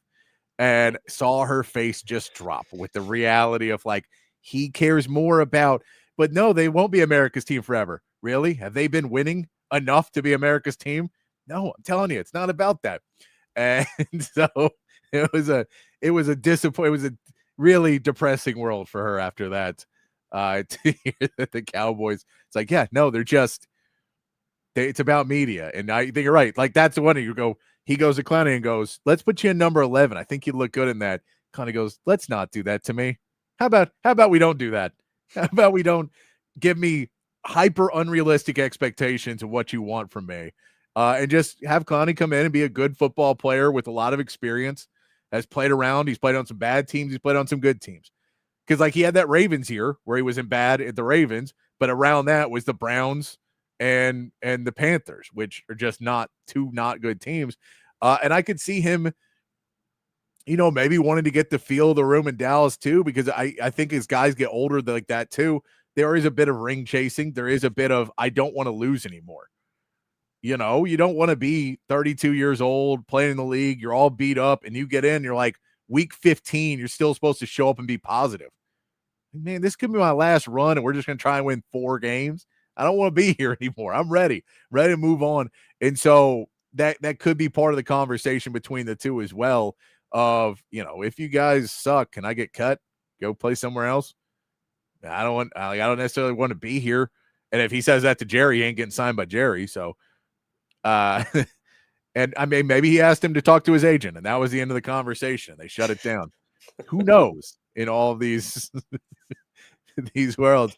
But I thought it was an interesting piece because, as I want to be fair and honest to Jerry, that as much as we give him a lot of flack and a lot of shit for all this other stuff he does, that when he does something that's reasonable and he should be in the conversation with, then I want to say he's not necessarily going crazy. Joe, I do not believe Blue is going to be playing again. I really want him to, but last I saw, he was still either questionable or doubtful, and both of those are not great to have on you. Yeah, I'm not sure if he's going to play this week. I know Brian Schottenheimer talked about it in his press conference. I believe it was either this morning. It might have been this morning. But I don't expect Jaden Blue to play, especially considering how effective Javonte Williams was last week. I think that they're comfortable enough letting him get healthy before they make any decisions about that. But we'll see. I think that Jaden Blue is eventually going to get his opportunity to make an impact on this team. Brian Schottenheimer said, let's see. He said, young players, it hits different at times. He's extremely talented. You have to earn your chance to get out there. There has to be consistency. So it doesn't sound necessarily like there's an injury thing there. We know he had the right ankle injury at the end of camp, and that's kind of what we're assuming this to be, is the right ankle injury. It could fall into the right ankle injury, and he hasn't necessarily done enough in camp because he hasn't been there because of the injuries he's had, that possibly they don't believe that he's ready to be out there. That's mostly would be pass pro. You figure at this point, you're not too worried about anything else, unless he's been fumbling in practice, in which case I don't even want to wish that. I'm going to knock on wood. I don't even wish that upon him. But it could be a pass pro thing where they're like, dude, we have a lot of money tied up in Dak Prescott, and he is somewhat fragile. So if you could make sure you pick up them blocks, that'd be really great. And Blue is always okay in pass pro. So I don't think that he's necessarily, I don't know if it would be that bad. It just may be a trust thing at the end of the day, where you trust Miles Sanders in pass protection more. But Miles Sanders is one fumble away from not playing anymore. So we'll see how he does this week. Like, he has that big run and then that fumble, and you're like, right back to zero, Miles, right back to zero after the one big run. But yeah, interesting stuff there from the Cowboys. Let's hit our power rankings there, Matt. Let's update. Let's see if we have any pieces moving around in the pieces. Jerry Jokes should hire Bill Belichick to coach next year. Ultimate troll job. I think that ship may have sailed already, but who knows? All reality, Bill Belichick's going to be trying to get out of UNC, I think, pretty aggressively after this season. We know he still hates the Patriots. We know there is a massive hatred of the Patriots. Oh, you know what job he's going to really go for? He's going for that Miami job. Oh, I just realized Jordan Hudson would love Miami. Oh, she's gonna be in her swimsuits.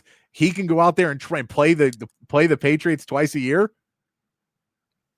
Oh, did we just crack the code, Patrick? Oh, I think I just realized that one. Then I was like, oh, he is going to be going. Like, that is, now he may not get it because the Dolphins may be smart enough to realize that's probably not a great get. But he is going to definitely be like, that's the job I want. I want to go, because his hatred for the Patriots right now, he anything to play them, and that job seems like it's going to be open. I don't want that for Mike. Now, I do want Mike McDaniel to get fired so he can come coach and be the play caller for my Texans. But other than that, I do want. Oh, and yeah, I don't think Quinn Ewers is quite going to be Tom Brady, but who knows? I don't know. Maybe it will be. People were counting out Tom Brady when he left Michigan, so there we go. 6th round pick, Tom Brady. After week 1, we had our tier 1 of real contenders that the Packers did not quite crack into, but it was Eagles, Bills, Chiefs, and Ravens. I don't think Hair the dog. I don't think Brian Flores is coming back to Miami. Something tells me. I don't think he's welcome there. I'll put it that way. Bill Belichick does have a relationship with Miami, because wasn't that the one where he accidentally sent the text message to the wrong guy? I'm not sure. Remember when he did that? No, it doesn't. We'd have to look that up, but I have to now. Yeah, I gotta look this up because there was a time where or maybe it was the Giants. Maybe it was the Giants. Oh, it was the Giants. So when Brian Daboll got the job in New York, he texted Brian Flores and said, "Congratulations." I think it was that. And then he goes, "Oh, wrong Brian." But he knew what he was doing. He was doing it to be an asshole. And it was like a way for them to screw around. And I can't remember why. Like there was some conspiracy of why he had done it. And it basically helped the Patriots in one way and hurt everybody else. But yes, that was actually it was the Miami Dolphins thing. I think this is all. It was all a thing to like hurt the Dolphins because he did. But yes, there was a whole point of he sent the wrong thing. Oh, I had heard you got that job. And yes, that was that one. I can't remember all the pieces of that one. It was just another weird Bill Belichick moment where at the time we're like, this is Bill Belichick playing chess when everybody else is playing checkers, of just playing with people's lives like that. Let's get back to the power rankings. You had Eagles, Bills, Chiefs, and Ravens. The Bills looked like they were going to fall down this a little bit when they were playing, but I mean, they stepped up to the plate and got the comeback. The Chiefs didn't look good against the Chargers. Packers looked amazing against the Lions. Glad I let you put Packers ahead of the Lions on that one. Make us look a little bit smarter. But where are you going? What do you like in your tier one of Super Bowl contenders now? Are the Chiefs still in there, and do the Packers get in? I think the Packers are in. Okay. I'm dropping the Chiefs out. Okay. I think it's Buffalo, Philly, Green Bay, and Baltimore. In that order. Say it again. Buffalo, Philly, Green Bay, and Baltimore in that order. Okay. I mean, I probably still like the Ravens above the Packers just after 1 week, but I do see the argument. Make the argument of why they're better than the Ravens. I get they're 1-0 versus 0-1. But other than that, where the Ravens did look like they should have had the game wrapped up, should have beaten the Bills in week one, and then dropped the ball at the end. Where's the argument that this Packers team is super mega legit, that this is a real problem? Well, they completely stifled the Detroit running game, which is supposed to be one of the best in the NFL. And Baltimore gave up 40 points on a team that is loaded with defensive talent. Absolutely loaded with defensive talent.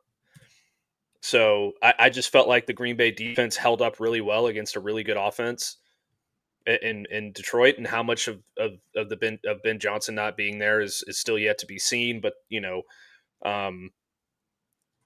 Baltimore giving up 40 points. I don't care who it is that you're playing against in the NFL. That is astounding to me that you can give up 40 points in one game.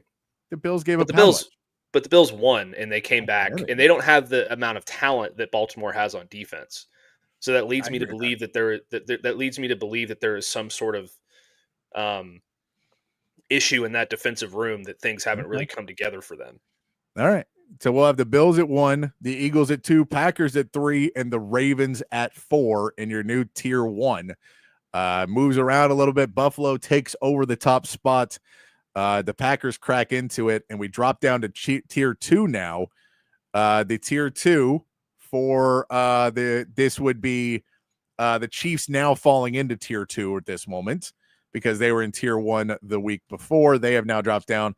The Lions and the Rams are also in this of teams that we feel are knocking on the door, not right there, but almost there. Tier 2. Does tier 2 maybe merge into tier 3 at this point, and we just ditch tier 2 altogether? Not necessarily. Okay. I think that KC is still there. Okay. Because as long as you have Patrick Mahomes, I think that you're at least on the verge of making, a Super Bowl contention. Okay. The Rams, I think I would probably drop out just because I didn't think their offense was where it needed to be. Their defense looked really good. Honestly, if there's another team that I might move up into this, the only one I can really think of is the Chargers, but I don't know that I'm prepared to put them in that spot yet. No, I move them up to tier 3 for sure, but I don't move them all the way up to tier 2. I agree with you. I think the Chiefs are still there. The respect has to be there. That was a foreign game. It was in Brazil. They were in the game till the end. They didn't look necessarily there. They also got some injuries right now. The Xavier Worthy injury they weren't able to prepare for in that game. So once they get the receivers back, they feel like they maybe could climb back into tier 1, but I don't think they should fall all the way down. So I'm with you. I still have the Chiefs there at 5.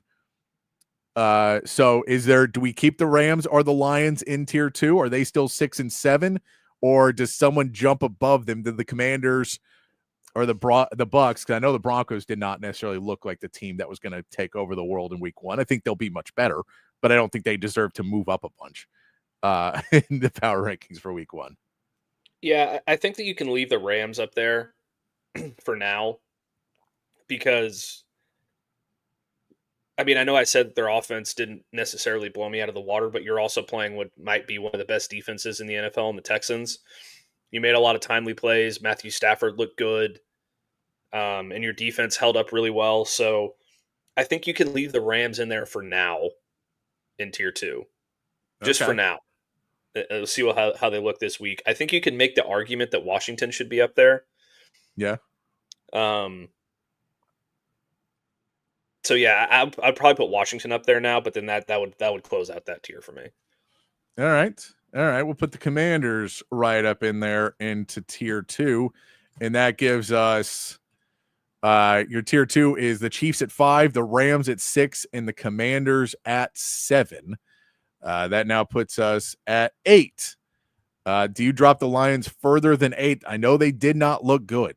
They had a lot of problems, but it's week 1, and week 1 could just be week 1. Could be some of that, some of the flaws, the new play caller, some of the pieces didn't work quite right. They played a really good team in the Packers as well. The run game was probably your most concerning. They just didn't go to it enough.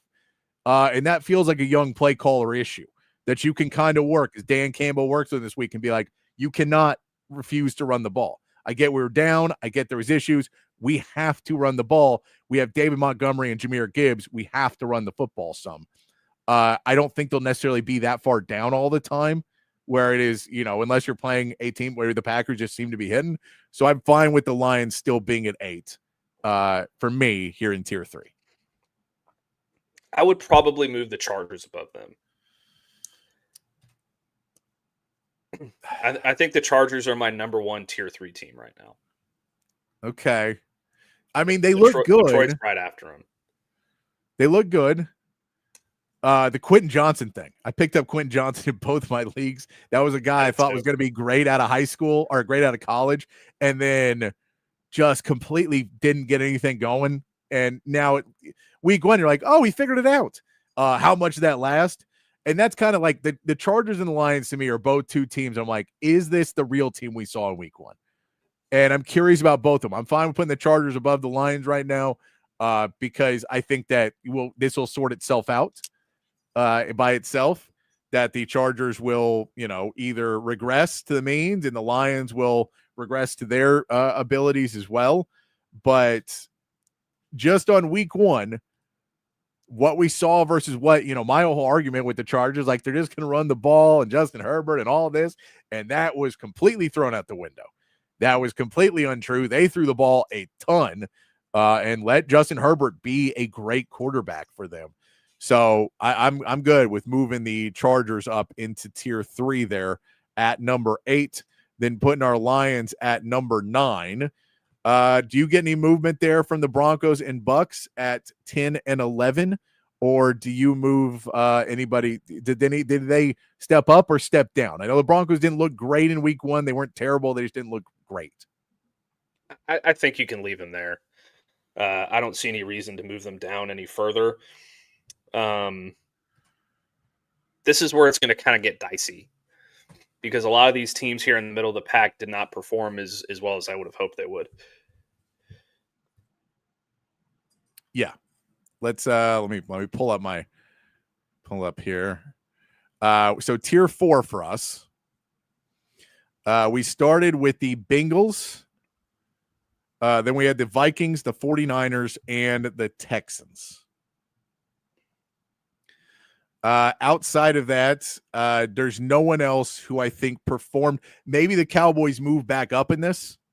The Jags perform well, but against a not great defense. I don't know if there's anybody in tier 5 that I'm moving up necessarily. Maybe the Cowboys. I think you can move the Cowboys up there. Where does maybe you can move Pittsburgh up there? Steelers are at 17. They get the win over the Jets 34-32. Allowing the Jets to score 32, though, I think keeps them down for me. Yeah, I can be okay with that. Like, they allowed 32 points to be scored. They shouldn't need that to be such a close game, especially it's the Steelers. Like, I get they invested a lot in the offense this year, but they also just paid TJ Watt a ton of money. They also paid Hayward to keep him. So like they're spending money on that defensive end of the football too. They got Jalen Ramsey as well.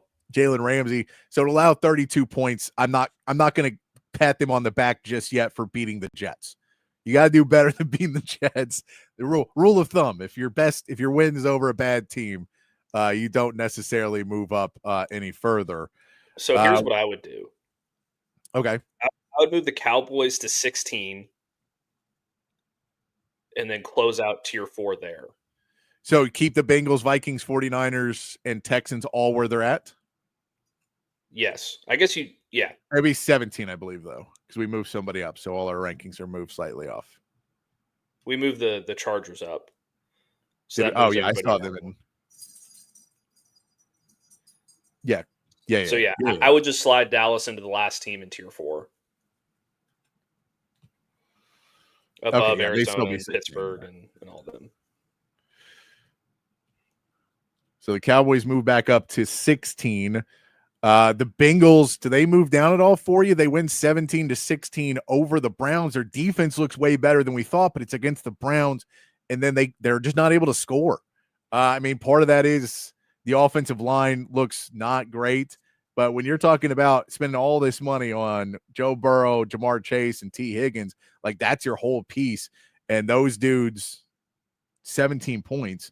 Is that the Browns defense being better than we thought, or the Bengals offense, maybe all that we're playing you in the preseason didn't matter?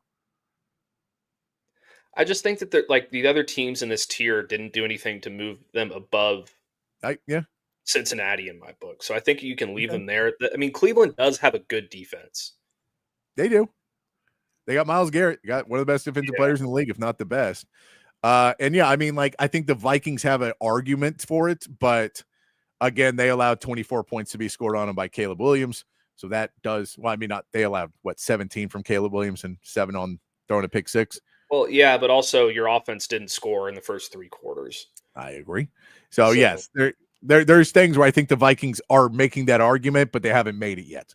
But they're one to watch, because if J.J. McCarthy can take on that fourth quarter success and, at least be a better game manager early on, then they'll move up on those rankings. But that'll put tier 4 at 12, 13, Bengals, Vikings, 49ers, Texans, and Cowboys.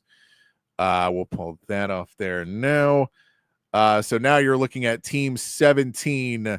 We had the Cardinals, the Steelers, the Seahawks, the Dolphins, the Bears, the Jaguars, the Falcons, and the Jets. It does feel like the Steelers should move up to 17 at least. Yeah, the Steelers should not look good at all. The Steelers should be the first team for sure. Cardinals were 20-13 over the Saints. So not necessarily the look you want to have there for the Cardinals. I think both of us were expecting them to be a little bit better than they ended up being. So that puts the Steelers at 17. You could also look at this Jaguars team and probably move them up a little bit as well, as they were able to get a big win. I get it's the Dolphins, and they look really bad. By the way, the Dolphins are going to move way down on this. They got to top right. You can definitely move the Jags above Chicago and Miami. So we'll put them there.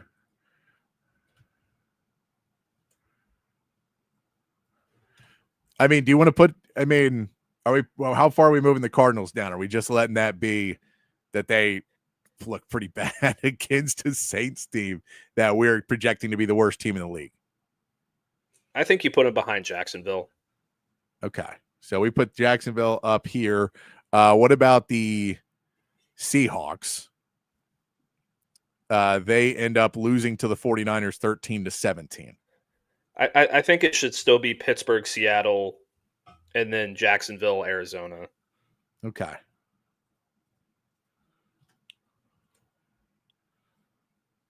And then there's one more team that I'm not going to put in this tier, but that's going to move up a little bit in my book as well. But we'll get to that in a minute. All right. So we get Pittsburgh at 17, Seahawks at 18, Jags at 19. Then we got the Cardinals at 20. Going on down to now we get to the Dolphins. How far are we dropping our Dolphins now? 31. I don't know if it's like what week one or they're just the most god awful team. I don't want to completely drop them out of everything, but I mean, do they replace the Colts in tier 7? Is that what you're suggesting? Or are they in tier 6? I think they're in tier 7 right now. They look like the worst team in the NFL. All right. So we're going to put the Dolphins down here in tier 7 for later to talk about where we actually put them. Then we get the Steelers at 17, Seahawks at 18, Jaguars at 19, Cardinals at 20, Bears at 21, Falcons at 22, and Jets at 23. Does that seem right to you there? Mm-hmm. All right. Tier 6, our tier 6 teams. We had a Patriots team that fought with the Raiders who beat the Patriots team at 26, the Panthers who defense did not show up at all against the Jaguars, Titans who showed up decently against the Broncos. The team's going to put up some fight, and a Giants team that, probably should switch quarterbacks already. Lose to the Commanders 21-6. I think they might switch quarterbacks this week. We also have a Colts team that is ranked 31 on us right now that looked really good, and I think should at least jump up a tier here. Yeah, I agree with that. Yeah, they should be right below the Giants. Maybe above the Giants. I don't know. I mean, I put them above. The Giants did not look good. I'm going to put the Raiders. We'll start off. We'll put the Raiders ahead of the Patriots because they won. So this is an easy argument to have here that the Raiders go past the team that they beat. That seems fair, right? Yeah, absolutely. They should be at that. They should be at the head of this tier. I originally wanted to move them up more. That's what I was talking about earlier. But okay, I like the Raiders looked pretty good. I'm going to give them another week before I give them the full. All right, this team's a step further than we thought they were. But they definitely move ahead of the Patriots. The Patriots looked okay in that game as well. That puts us at 26. Now, do we want to put the Colts above the Panthers, the Titans, and the Giants? The Titans are maybe the one team that's there. I feel like the Panthers and Giants both didn't show up at all, so they can fall down. The Colts have to be above both of them. I think the Colts get the win. I think the Colts fall above everybody. They won. They won 38-6? 38-8? Something like that? Yeah, so it was like 30-8 or 33-8 or something like that. But yeah. I mean, they have to move up a little bit. I get that it's not 33-8. Yeah. I'm going to go ahead and put our Colts here after the Patriots. So they're not moving up a ton. They're still at 26. I'm not giving them a full vote of confidence yet. Don't worry. But then we will throw in the Titans, move above the Panthers if you're okay with that. They did look better. They've played well. I like Cam Ward. I'm a fan of it. I want the Panthers to be better, but they're not right now. That defense is abysmal. Then that puts the Giants at 29, and we jump down to tier 7. Yeah, does that sound right to you? I think that's right. Yeah. I don't have too many arguments against that. All right. So tier 7, we end up with our 3 teams are the Dolphins, the Browns, and the Saints. The Browns hanging with the Bengals. Don't make us give us support, but I think it puts them above the Dolphins still, doesn't it? I think they would beat the Dolphins straight up right now. Oh, and that's man. saying something. So I think it goes Browns, Dolphins, Saints. Browns, Dolphins, Saints. Wow. That is so there's our list. Updated power rankings. Bills, Eagles, Packers, and Ravens in tier 1. Chiefs, Rams, Commanders in tier 2. Tier 3 is the Chargers, Lions, Broncos, and Bucks. Then we get down to tier 4. Bengals, Vikings, 49ers, Texans, and Cowboys. Tier 5, Steelers, Seahawks, Jags, Cardinals, Bears, Falcons, Jets. Tier 6, the Raiders, Patriots, Colts, Titans, Panthers, and Giants. And then that bottom of the barrel, Browns, Dolphins, and Saints. Yes, hair of the dog. Old man Rodgers got the revenge on his mind. He was so happy to get that win. But, I mean, it's like you beat the Jets.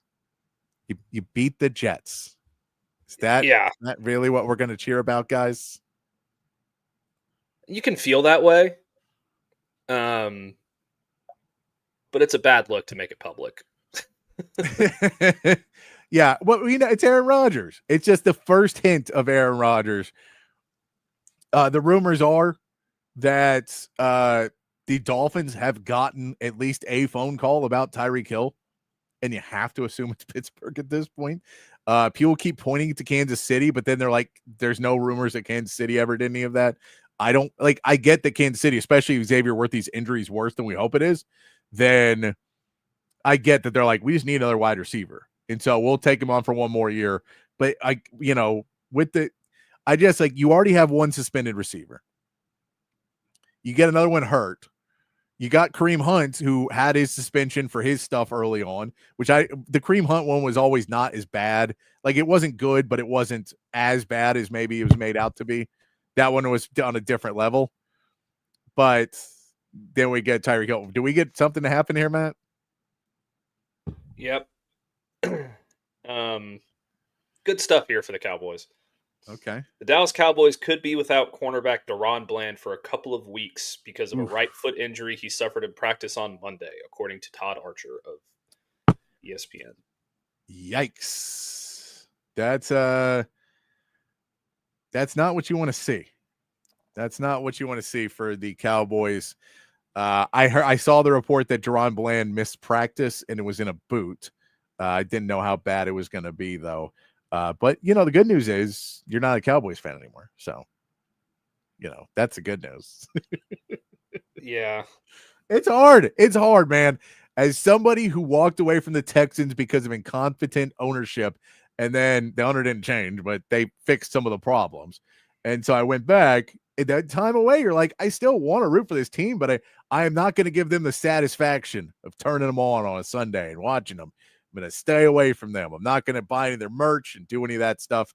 But yeah, it can be difficult when your team is going. But yeah, they look at Jadeveon Clowney, but then on the backside of that, you get that Deron Bland is somewhat injury prone still. And the thing is, it's like, I don't want to be a Cowboys fan anymore, and I live in Houston, so like I don't necessarily I can be a Houston sports fan. I was just, and maybe it was because it was against the Rams, and I'm a big Matthew Stafford fan. But I was watching the Texans on Sunday when I was don't tell anyone, I had it on my phone in my car while I was driving back from Austin to Houston. But I was watching that game. And I was just thinking, like, I don't know if I like this team. I guess it's still going to take me time to buy into it, There's a lot of issues with the Texans. There's issues there still because, again, like the whole thing with the Texans is they refuse to hire any experience at the coaching staff. And I don't know why. But they, like, DeMeco Ryans, I guess, is like super opposed to experience. And I'm normally the one beating the drum of like, give someone new a chance. And you don't have to bring in the same old fogies that have been coaching for 20 years and everybody knows, like, you don't have to do that. But I think you should have at least somebody who knows what they're doing around the program. And that's why it's And Joe, I get that. The Oilers, the Texans, I was young enough when the Texans started that the Texans started like early 2000s, right? Does that sound right to everybody? So I was graduating high school in early 2000s. So there was a perfect point for me to be like, all right, this is my team now. Because I grew up when I was a kid, I was an Oilers fan. When I was a young kid, my dad, my mom were Oilers fans. That's why I got the Love You Blue back there.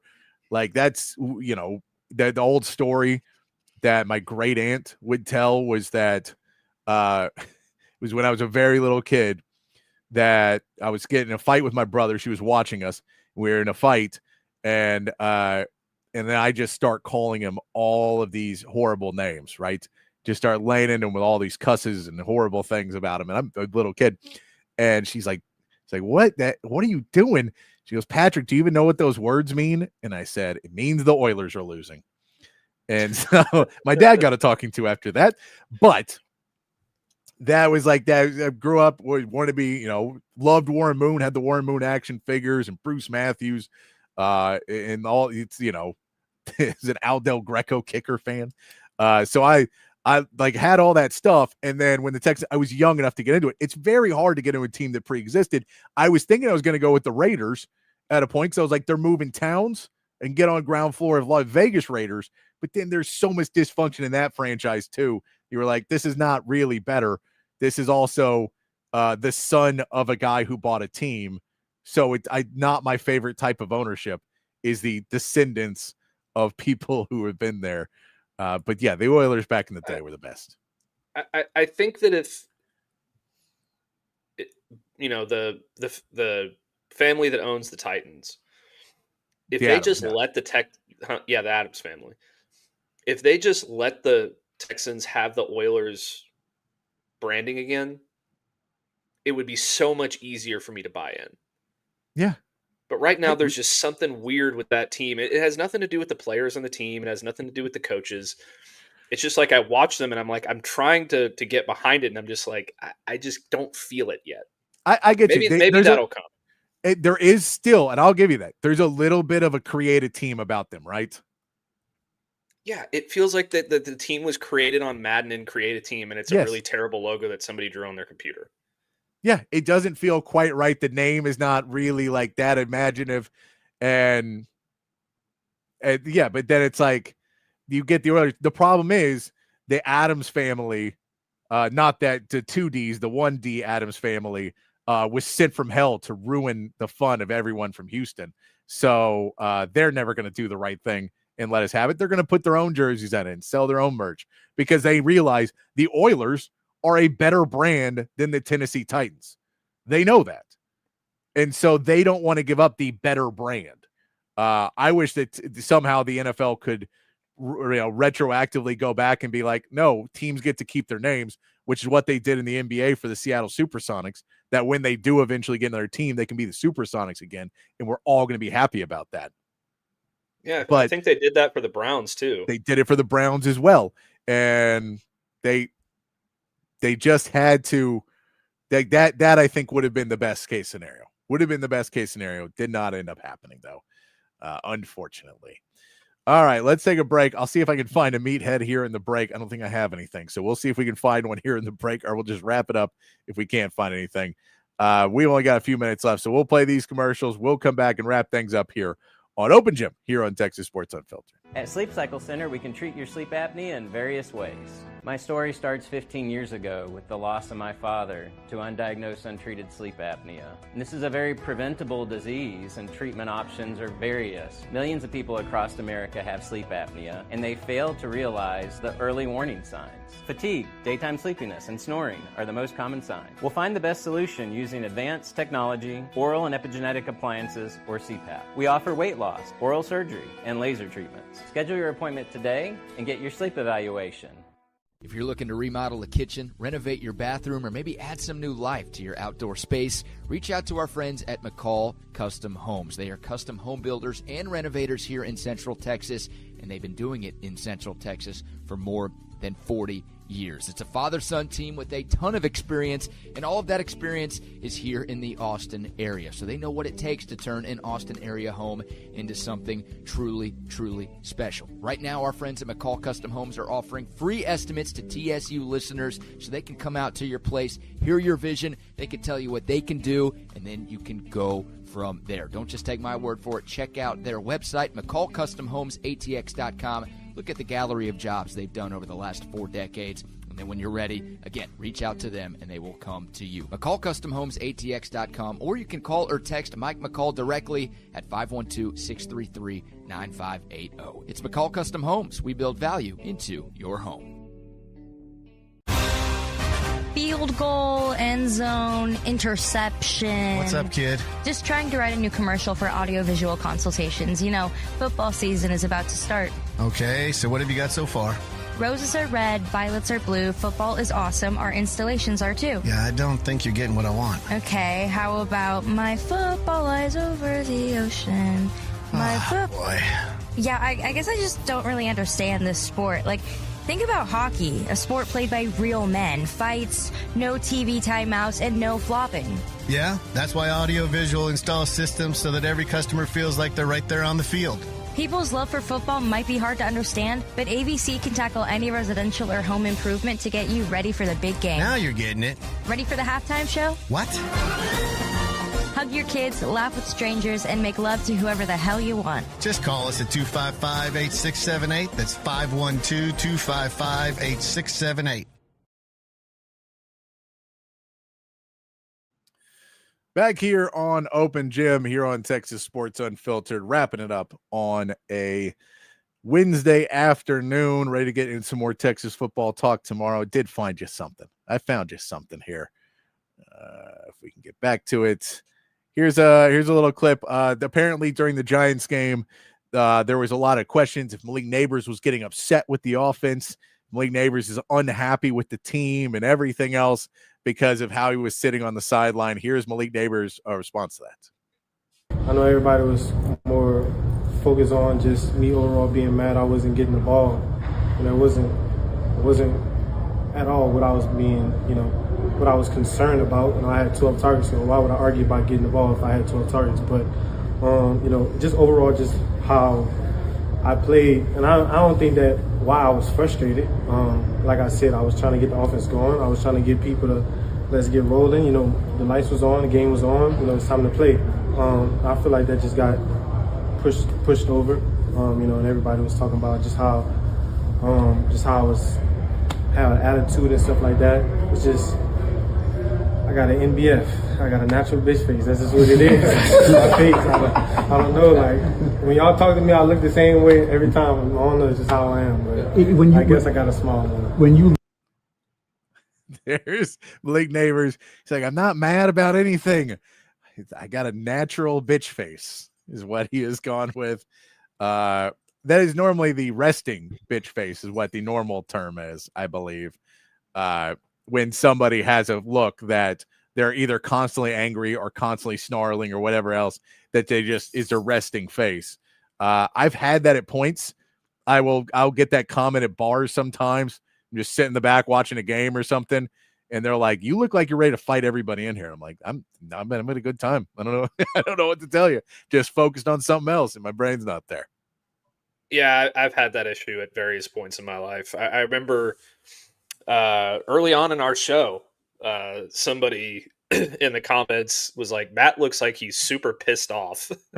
No, that's just like, I just sit there and look the way I look. I don't do it intentionally. I have a little bit of an RBF myself. I have a little bit of a issue answering the phone as well. It's like somebody calls me. It's not that I'm not excited to hear from them, but my mom gets on me about this all the time. Like she calls and I say, "Hey, what's going on?"